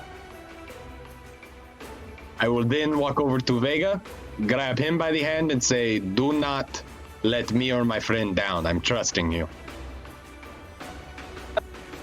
All right. Well, I mean, I was planning on letting you down, but now that you said that, I will be sure not to. Leon Ponte will begin to head out and in the direction that we were told to find the Torques. Okay. So, you guys head out of the inn, and you head towards the general store. Pretty easy to find. This place is very well established, and sign markers to traverse the town is quite easy. Quite easy to navigate, so... You'll find the general store, and on the back side, you see the makeshift market, and you see a couple of sleds that have about 10 to 12 dogs kind of just sitting in kennels off to the side of one. and it looks like that there are a multitude of different potions, different types of blades. It's a real variety of stuff, and then some tiny knickknacks that you'll see also on display. You see a shield dwarf that's kind of manning the front, and then you also see 3 guards in heavy winter clothing, and then you see one man that looks like he would fit in on a ship as a shipwright, manning one side of this little market stall. Real quick, you said they had 2 sleds? Yes.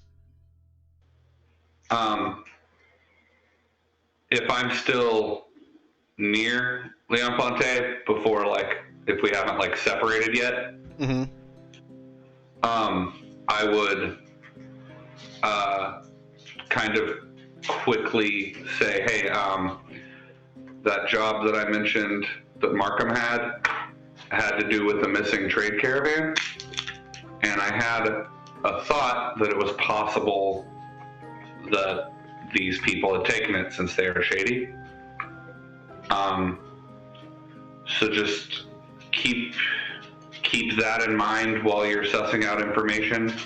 If it works out that you can find out anything about that, it's possible that one of those 2 sleds is one that they either killed people for and took, or stumbled upon people that were already killed and then took, if that makes sense.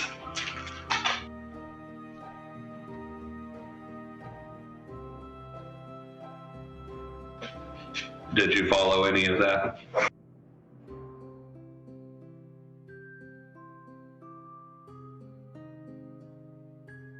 You guys here? Could you repeat the last part? Sorry.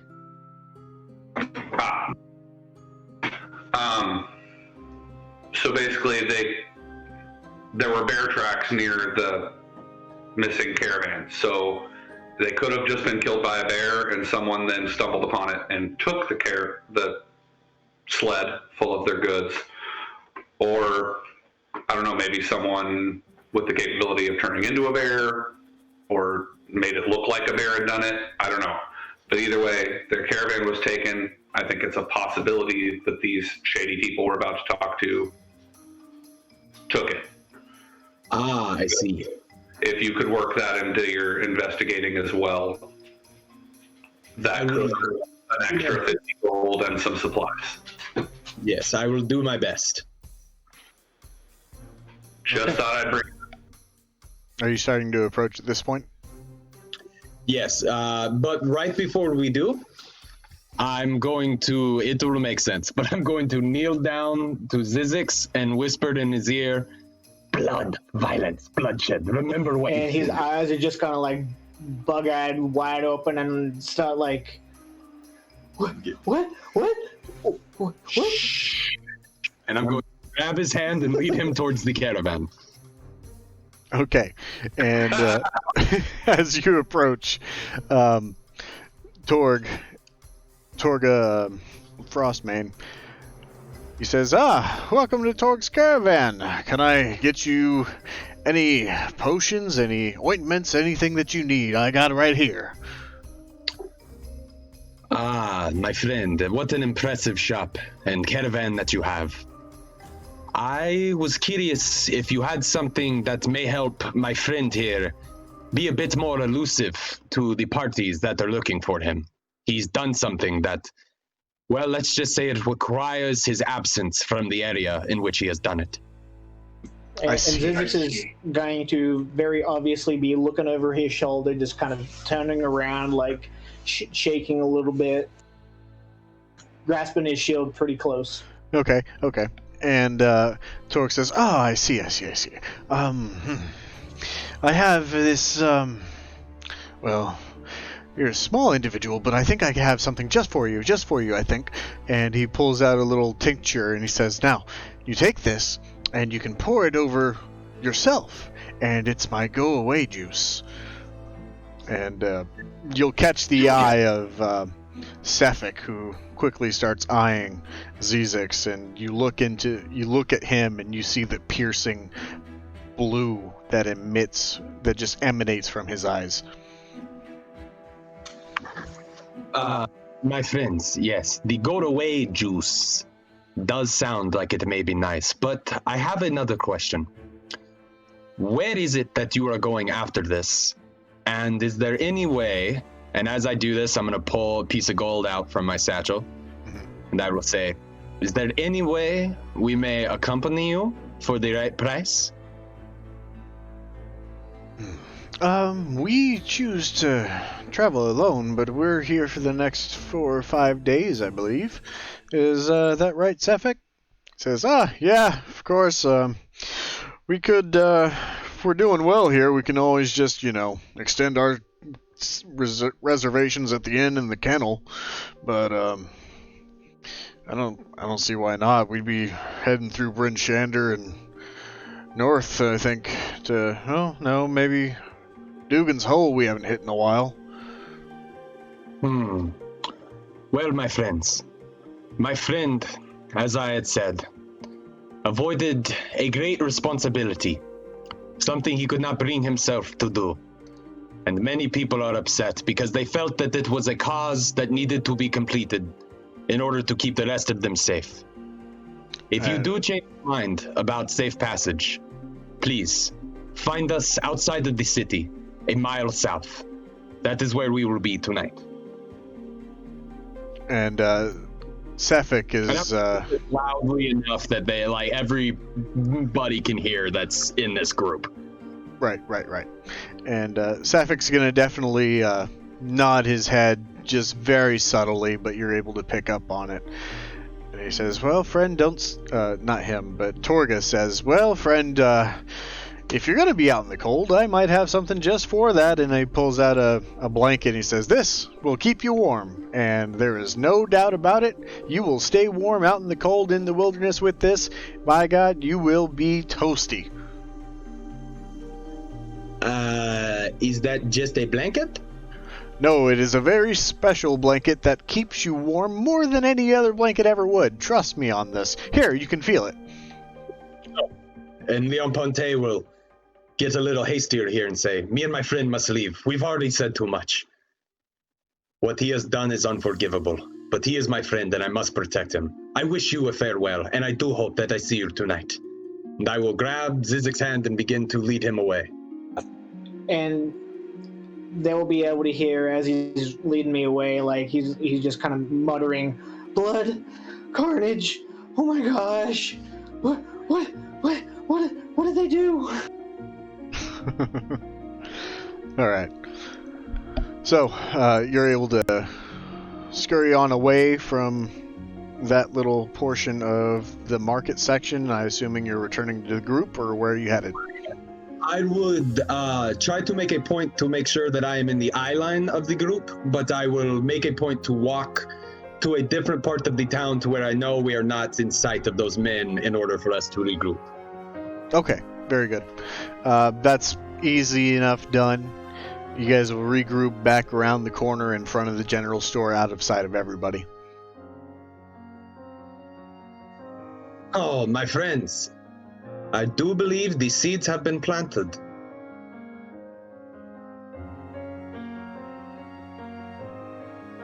Oh, that is good. What are we growing? We are growing wealth that will come with our completed mission, my friend. We told him that we will be a mile south of the city tonight, just the two of us, waiting for safe passage. I do believe that someone will arrive, but I don't believe they will be seeking to give us safe passage. I believe they will be after Zizix, who they believe has abandoned his responsibility of being a sacrifice. Why did you tell him we'd be a mile south of town and not just at the fucking inn? Because I thought, hey, if this guy tries to kill Zizix, we might as well have some privacy in handling this and not involve the authorities, as we were instructed to do by our employer. Yeah, fair enough, but now we're gonna have to be fucking cold. A small price to pay for 100 gold. I mean, Alright. So I think that the rest of you should find a place within our eyesight outside of the town and keeping a watchful eye on us as Zizix and I set ourselves as the trap. Okay. Does that sound like the plan that everyone agrees with? yeah. Yeah. All right. You return to the wilderness at the brink of dusk. You start traveling about a mile south. You all regroup. And that's about 30 minutes journey, so about a quarter of the way back to Bryn Shander. I would say to my friends, you know your jobs. I would say find a sneaky place to hide to where you can reach us at a moment's notice.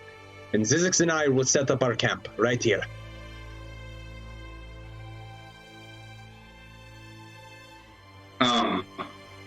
What does this area look like? Is there forest? Is there caves? What is there? So you don't see very much of a forest. There's a few trees kind of sparsed in between some rolling hills. But there is a hill that you can kind of duck behind to give yourself a little bit of cover from anyone who's coming along the road there. All right. Well, that is where we will set up. Okay. You set up there. Go ahead and make a group stealth check.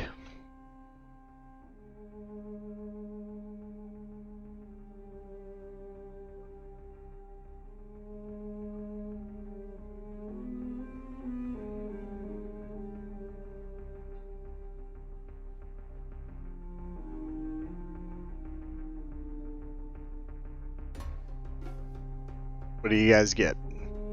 I've got the 17 stealth. Okay. I've got a 15 stealth, and so does Vega. Okay. Very good. So you three set up shop about 70 feet away on the other side of this hill, while Zizix and Leoponte set up shop right on the side of the road, I'm assuming? Yes. Okay. So. Sam, just before potentially other things happen. Yeah. As me and Leoponte kind of set up camp, I'm going to ask him if I could look at his boomerang. I will hand my boomerang to Zizix, as I feel he has earned the right to study it for putting himself in the line of fire. And then I will take out my Tinker's tools with some like chisels and stuff like that and start kind of chiseling away at it. And I'm going to imbue it with +1 magic. So he now has +1 to damage and +1 to hit on his boomerang. Okay, very nice.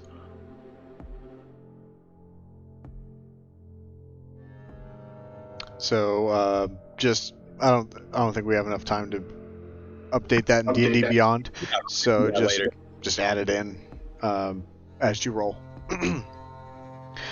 So, with that being said, is there anything else you would like to do before the plan goes underway? Leon Ponte is just going to allow Zizix to do his thing as he keeps a watchful eye in the direction of the city and occasionally the other directions to see if he sees anyone approaching at any point. Okay. So, the sun has set long ago at this point. It is in seemingly the dead of the night. The storm seems to be encroaching from the north, encompassing the area that Bremen and maybe the first bit of Targos is. There seems to be a good amount of snow coming in. But I will have you make perception checks at this point.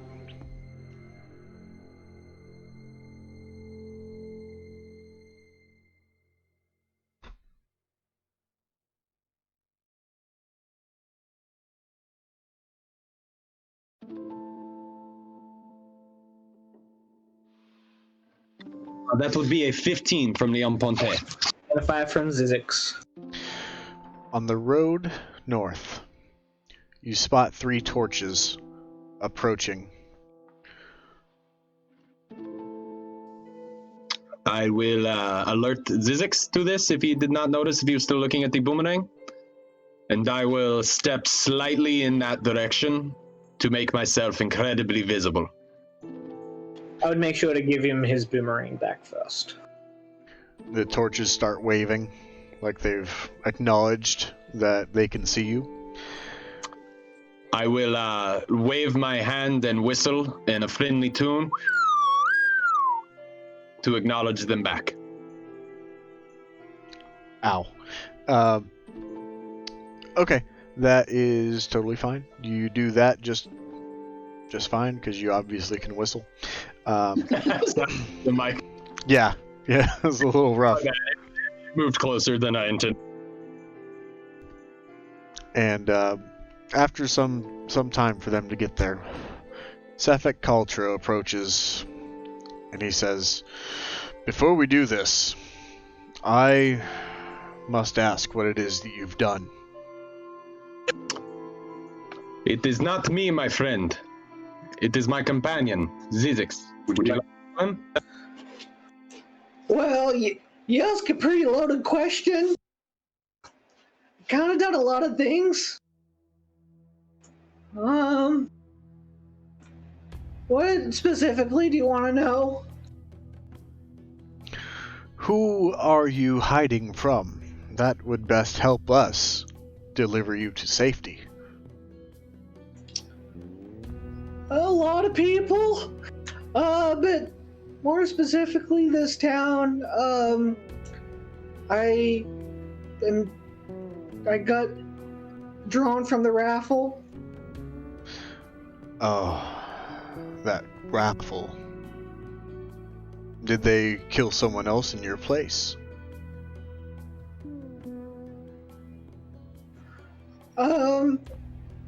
Yeah, I understand that, but I just don't want to die. Yes, I understand that fully. These sacrifices are quite rough for the times that we live in. And he kind of shrugs his shoulders and his open palms facing the sky, and he's like, "These are the things that we must live with to give us the best chances of surviving this winter." And him noticeably not cold. You guys are freezing while this storm is coming on. And he says, "If you would like our help, I have brought that blanket. And it will keep you warm. If you could be more specific, are you fleeing from Targos, Bryn Shander, or East Haven?"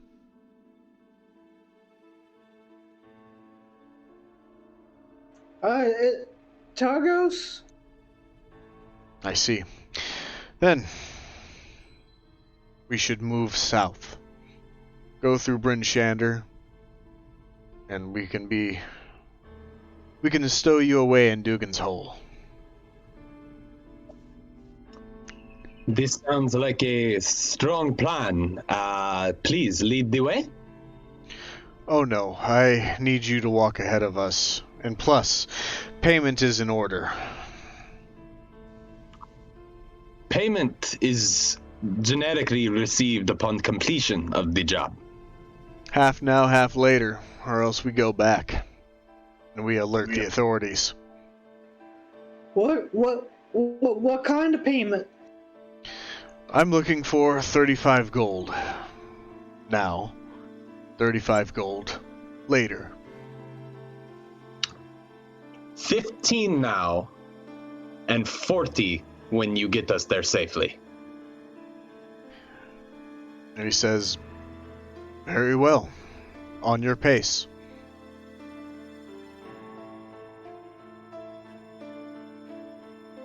Leon Ponte will take 15 gold out of his satchel.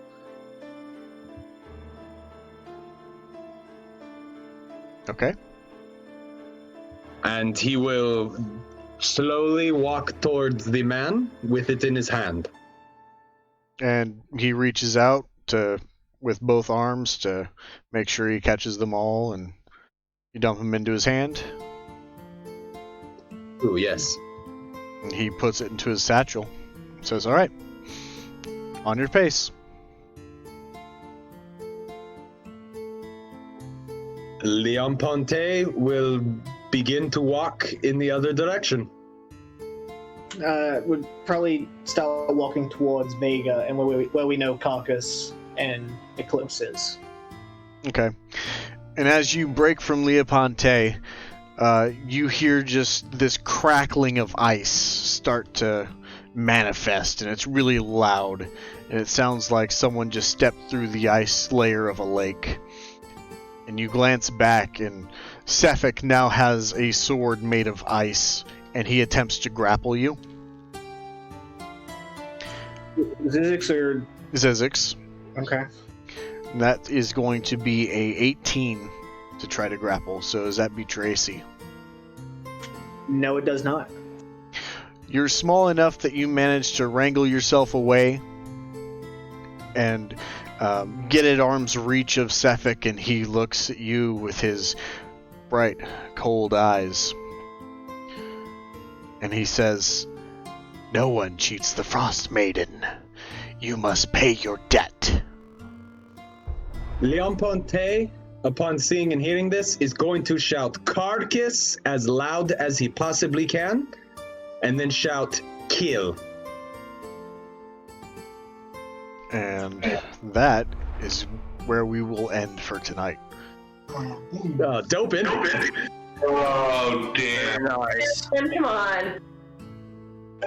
I want to kill someone. It's so good. Oh, man.